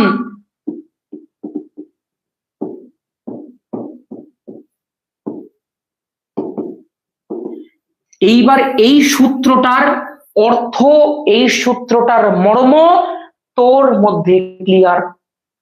যে যদি আমি একই চাপ ও উষ্ণতা, মানে ধরো এসটিপি কন্ডিশন মেনটেন করলাম, যেখানে চাপ আর উষ্ণতা তিনজনের ক্ষেত্রেই সেম, তাহলে সম আয়তনের সকল গ্যাসে আমি যদি তিনটেই গ্যাসকে 22.4 লিটার নিয়ে নিই, মানে তিনটেই গ্যাসের যদি আমি আয়তনটাকে সেম করে দিই, তাহলে তিনটের মধ্যেই সমান সংখ্যক অণু বর্তমান, মানে তিনটের মধ্যেই 1 মোল অণু বর্তমান, মানে অ্যাভোগাড্রো সংখ্যক অণু বর্তমান। একদম ক্লিয়ার, একদম ক্লিয়ার। 9-এ পড়ে আসা একটা জিনিস 10-এ এসে তোকে আমি কানেক্ট করিয়ে দিলাম, যে এসছিল ওটা কোত্থেকে? অ্যাভোগাড্রো সূত্র থেকে। প্রত্যেকের কাছে একদম পরিষ্কার কনসেপ্ট, একদম পরিষ্কার কনসেপ্ট, একদম কনসেপ্ট পরিষ্কার। প্রত্যেকে একবার কনসেপ্ট পরিষ্কার, একদম একদম একদম। চলো এবার এইটার গাণিতিক রূপটা কি? এটার গাণিতিক রূপটা হচ্ছে ভি প্রপোর্শনাল টু এন। এটা অনুসংখ্যা বা মূল সংখ্যাকে নির্দেশ করছে। অ্যাকচুয়ালি এন মানে মূল, তোরা জানিস অ্যাভোগাড্রো সংখ্যক অণু মানেই 1 মোল, আর এটা হচ্ছে V, V proportional to N. Volume যত বাড়বে মোল তত বাড়বে, মোল যত বাড়বে ভলিউম তত বাড়বে। দাদা ডেমো দেখাও কি করে হতে পারে। বললাম ভাই এসটিপিতে তুই নিজে বল 1 মোল গ্যাস মানে তার আয়তন 22.4 লিটার, তুই বলবি হ্যাঁ। আমি যদি মোলটাকে বাড়িয়ে 2 মোল করে দিই, এইটা 1 থেকে 2 হয়েছে, তাহলে এটাও 22.4 থেকে 44.8 হবে তো রে? তুই বলবি হ্যাঁ হবে। তাহলে এটাকে দ্বিগুণ করছিস মানে এটাকেও দ্বিগুণ করছিস তো? হ্যাঁ। তাহলে এটা লিখতে তোর অসুবিধাটা কোথায়? ভি প্রপোর্শনাল টু এন, আয়তন বাড়বে মোল সংখ্যাও বাড়বে, একদম পরিষ্কার কথা। কনসেপ্ট তো আমরা 9-এই শিখে গেছিলাম, শুধু এই কানেকশনটা শিখিনি, শিখে গেলাম। তবে অবশ্যই এখানে প্রেসার আর টেম্পারেচার ধ্রুবক। ঠিক আছে, একদম পরিষ্কার। চলো, কনসেপ্ট ক্লিয়ার। এইবার এমন একটা জিনিস করাবো যেটা এই বছরের মাধ্যমিকের ছেলে মেয়েদের জন্য প্রচুর ইম্পর্টেন্ট, আদর্শ গ্যাস সমীকরণ। আর এটাই আজকে লাস্ট জিনিস। আদর্শ গ্যাস সমীকরণটা যেই মাত্র করিয়ে দিলাম, তোদের নেক্সট দিন গ্যাসের আচরণ শেষ করতে আর 1 ঘন্টা লাগবে, 1 ঘন্টাও লাগবে না। তার মানে নেক্সট দিন আমাদের গ্যাসের আচরণ ফিনিশ হয়ে যাচ্ছে। ফিনিশ হয়ে আমরা গ্যাসের আচরণের কোয়েশ্চেন কিছু প্র্যাকটিস করে নিচ্ছি, তারপর আমরা তাপ শুরু করে দেবো। বা দেখি তাপ না শুরু করে পর্যায় সারণীও শুরু করে দিতে পারি। বাট তোরা এখন পর্যায় সারণীর জন্য যথেষ্ট নিচু লেভেলে রয়েছিস, পর্যায় সারণী ভাবছি একটু পরে শুরু করব। এই জানুয়ারির মধ্যে আমার টার্গেট আছে, জানুয়ারির মধ্যে গ্যাসের আচরণ আর তাপটাকে ফিনিশ করে দেওয়া, নিয়ে পর্যায় সারণীটাকে শুরু করে দেওয়া, 3টে চ্যাপ্টার রানিং করে দেওয়া পর্যায় সারণী সমেত। ফেব্রুয়ারির মধ্যে পর্যায় সারণী তো এন্ড করবই, তারপরে আলো ধরে নেব। ফেব্রুয়ারির মধ্যে আলো ফিনিশ। যেই মাত্র আলো ফিনিশ করলাম, তারপরেই আমি চলে যাব সেকেন্ড চ্যাপ্টার অফ কেমিস্ট্রিতে, আয়নীয় সমযোজী বন্ধন। ব্যাস, তোদের পরীক্ষা হবে মার্চের শেষে বা এপ্রিলের শুরুতে। এবারে মার্চের শেষে হওয়ার সম্ভাবনাটা বেশি। তার মধ্যে ফার্স্ট সামেটিভ শেষ করে প্র্যাকটিসও শুরু করে দেবো। দাদা একটু রোড ম্যাপ বলো ফাউন্ডেশন ব্যাচের। ফাউন্ডেশন ব্যাচের রোড ম্যাপ একটাই, আমি আর কোনো রোড ম্যাপ বুঝি না, আমি কিছু জানি না ভাই। চলো, আদর্শ গ্যাস সমীকরণটা কি এবার একটুখানি বলি। আচ্ছা, আমরা কি কি সমীকরণ পড়েছি? আমরা বয়েলের সূত্র পড়েছি।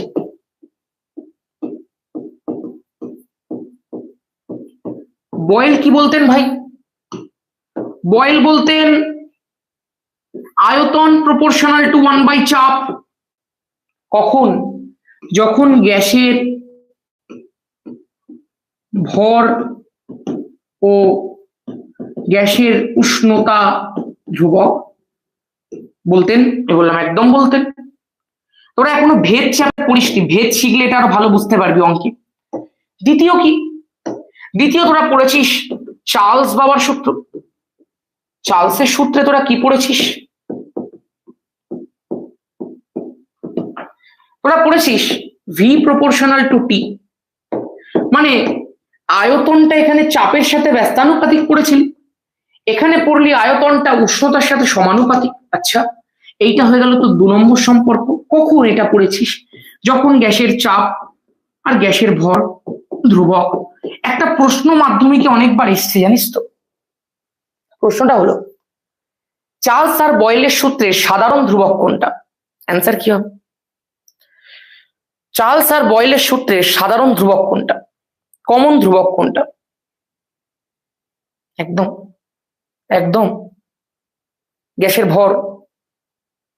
একদমই তাই, একদম। তোরা সব পারবি ভাই, এবার সব পারবি। এবার কনসেপচুয়ালি এনরিচ হয়ে যেতে হবে, নাম্বার এমনি উঠে যাবে। দেখতে থাক না, ভয়ঙ্কর খেলা হবে। বয়েলের সূত্র, চার্লসের সূত্র রেডি। থার্ড তোরা একটা বিষয় পড়েছিস অ্যাভোগাড্রো সূত্রানুযায়ী।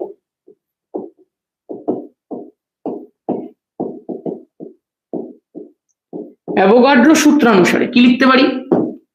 লিখতে পারি ভি প্রপোর্শনাল টু এন। এইটা হয়ে গেল আমার 3 নম্বর সমীকরণ।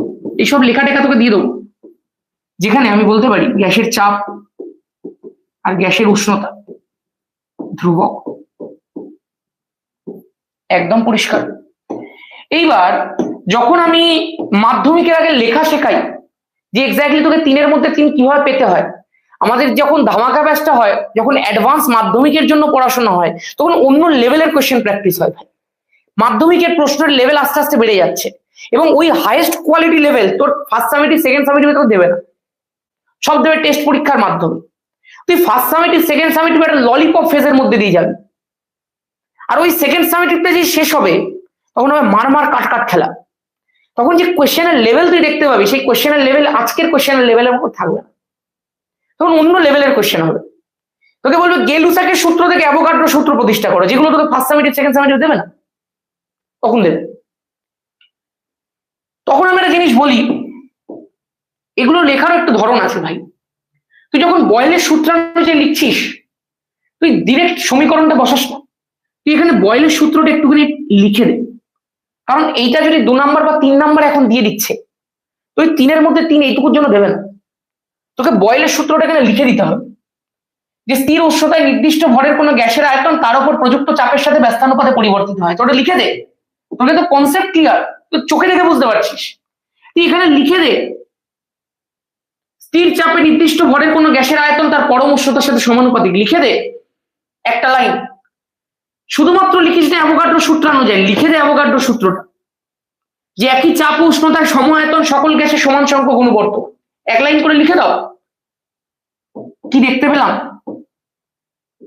এটা 1 নম্বর সমীকরণ, এটা 2 নম্বর সমীকরণ, এটা 3 নম্বর সমীকরণ। আমাকে এটা তোকে বলতেই হতো না, তুই নিজে করতিস যদি তুই ভেদ চ্যাপ্টারটা পড়ে নিতিস। আগের বারে আমি ইউটিউবে পড়াতে শুরু করেছিলাম, ব্যাচটা শুরু করেছিলাম ধামাকা ব্যাচ অগস্ট মাস থেকে, যেটা অ্যাকচুয়ালি সেটাই শুরু হয়। ধামাকা ব্যাচের নিয়মটাই হচ্ছে অ্যাডভান্স মাধ্যমিক। তখন এগুলো আমাকে বলতে হয়নি, বিকজ তখন ওরা ভেদ পড়ে নিয়েছিল। বাট তোরা যেহেতু ভেদ পড়িসনি, তোকে আমি শেখাতে হবে। তোকে দেখ 3টে জায়গাতে ভি আছে, ভি ভি ভি, 3টেই জায়গাতে ভি আছে। তুই এখানে লিখবি এরকম ভাবে, 3টে সমীকরণকে জুড়তে শেখ। 3 জায়গাতে ভি, তাহলে মনে রাখবে 3টে সমীকরণকে আমি জুড়ে দিতে পারবো। কিভাবে জুড়তে পারবো? লিখবে যৌগিক ভেদের সূত্রানুযায়ী। এগুলো সব অঙ্কে শিখবে, ভেদ চ্যাপ্টারে শিখবে, ভেদ ভেরিয়েশন। যৌগিক ভেদের সূত্রানুসারে কি শিখবো? 1 2 3, 3টে সমীকরণকে জুড়বো। কিভাবে? ভি আছে ভি আছে ভি আছে, আমি একটাই ভি বসাবো। সমানুপাতিক আছে সমানুপাতিক আছে সমানুপাতিক আছে, তাহলে আমি একটাই প্রপোর্শনাল বসাবো। এখানে 1/p আছে, এখানে টি আছে, এখানে এন আছে। এই ডান দিকের 3টে ডিফারেন্ট জিনিসকে গুণ করে দেবো। প্রসেসটা বুঝতে পারলাম? 3 জায়গাতে ভি আছে, একটাই ভি বসাবো। 3 জায়গাতে প্রপোর্শনাল সাইন আছে, একটাই ভেরিজিয়াস প্রপোর্শনাল সাইন বসাবো। এখানে 1/p, এখানে টি, এখানে এন আছে, 3টেকে গুণ করে দেবো। তাহলে nt ডিভাইডেড বাই পি হয়ে গেল। তাহলে লিখে দিলাম nt divided by P, n into T divided P, কারণ n into T into 1/p মানে তো nt by P, nt by P লিখে দিলাম। এইবার আমি কি করব? আগের দিন তোদেরকে শিখিয়েছি যে কোনো সমানুপাতিক তুলতে গেলে একটা ধ্রুবক চলে আসে, তাহলে v equal to K into nt by P চলে এলো। তুই জানিস এই কেটা ওপরের সাথে গুণ আছে, তাহলে কোনাকুনি গুণ করে দে, হয়ে গেল pv equal to n K T. Stop stop stop. এইটুকু করে দিলে সম্পূর্ণ সমীকরণটা প্রতিষ্ঠা হলো। কি লিখবো জানিস? রসায়ন বিদ্যায় কে ধ্রুবকের বিশেষ গুরুত্বের জন্য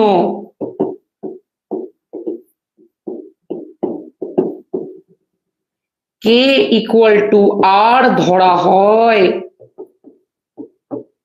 এই কে ইকুয়াল টু আর যখন আমি ধরলাম, কে এর পরিবর্তে যখন আমি এখানে আর বসালাম, সমীকরণটা হয়ে গেল পিভি ইকুয়াল টু এনআরটি। খেয়াল রাখি আরটা যাতা ধ্রুবক নয়, এই আরটাকে বলা হয় সার্বজনীন গ্যাস ধ্রুবক।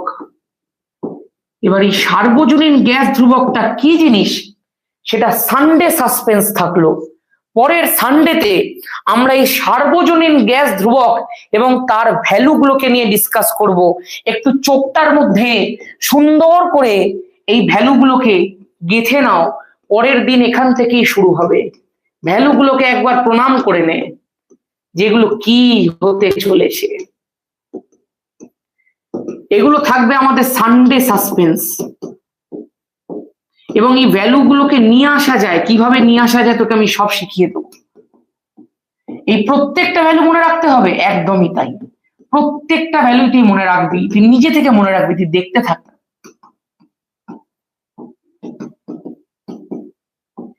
এবং তুই আরেকটা জিনিস জিজ্ঞাসা করতে পারিস, দাদা এই এককগুলো যে তুমি লিখে দিচ্ছ, কিভাবে লিখছো?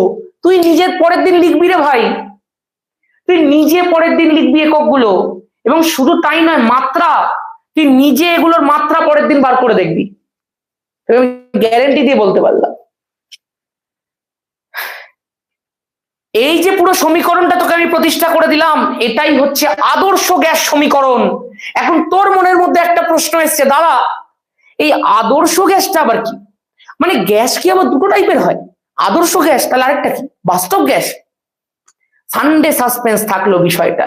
তোকে আমি জাস্ট 3টে সূত্রকে কানেক্ট করা শিখিয়ে দিলাম এবং এই জায়গাটা অব্দি এসে থামিয়ে দিলাম। নেক্সট দিন যখন আমরা শুরু করব, আমি তোকে বলবো আদর্শ গ্যাসটা কি, এই সমীকরণটা অ্যাকচুয়ালি কার সমীকরণ, এই সমীকরণটা দিয়ে অ্যাকচুয়ালি কি হয়, এবং এই সমীকরণটার আরেকটা বিকল্প সমীকরণ কি আছে, সব নেক্সট দিন হবে। সার্বজনীন গ্যাস ধ্রুবকটাই বা কি, কেন এর 4খানা ভ্যালু, এই এককগুলোই বা আসছে কি করে, এটা কোথায় কাজে লাগে, সব দেখবো আমরা নেক্সট দিন। আজকের মতো এখানে সানডে সাসপেন্স থাকলো, সানডে সাসপেন্স থাকলো ভাই।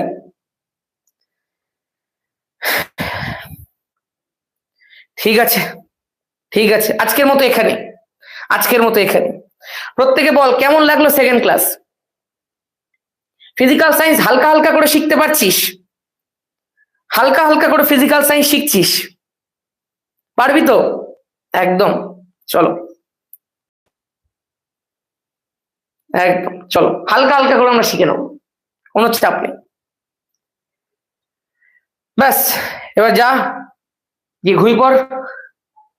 আমাকে এখন করতে হবে কালকে মাধ্যমিকের জন্য একটা ভিডিও শুট, যেটা হচ্ছে আমাদের চলতরিতের ভিডিও। চলতরিতের আমাদের কালকে একটা মোস্ট ইম্পর্টেন্ট 20 কোশ্চেনের সেট দেওয়া হবে, সেটা আমাকে শুট করতে হবে।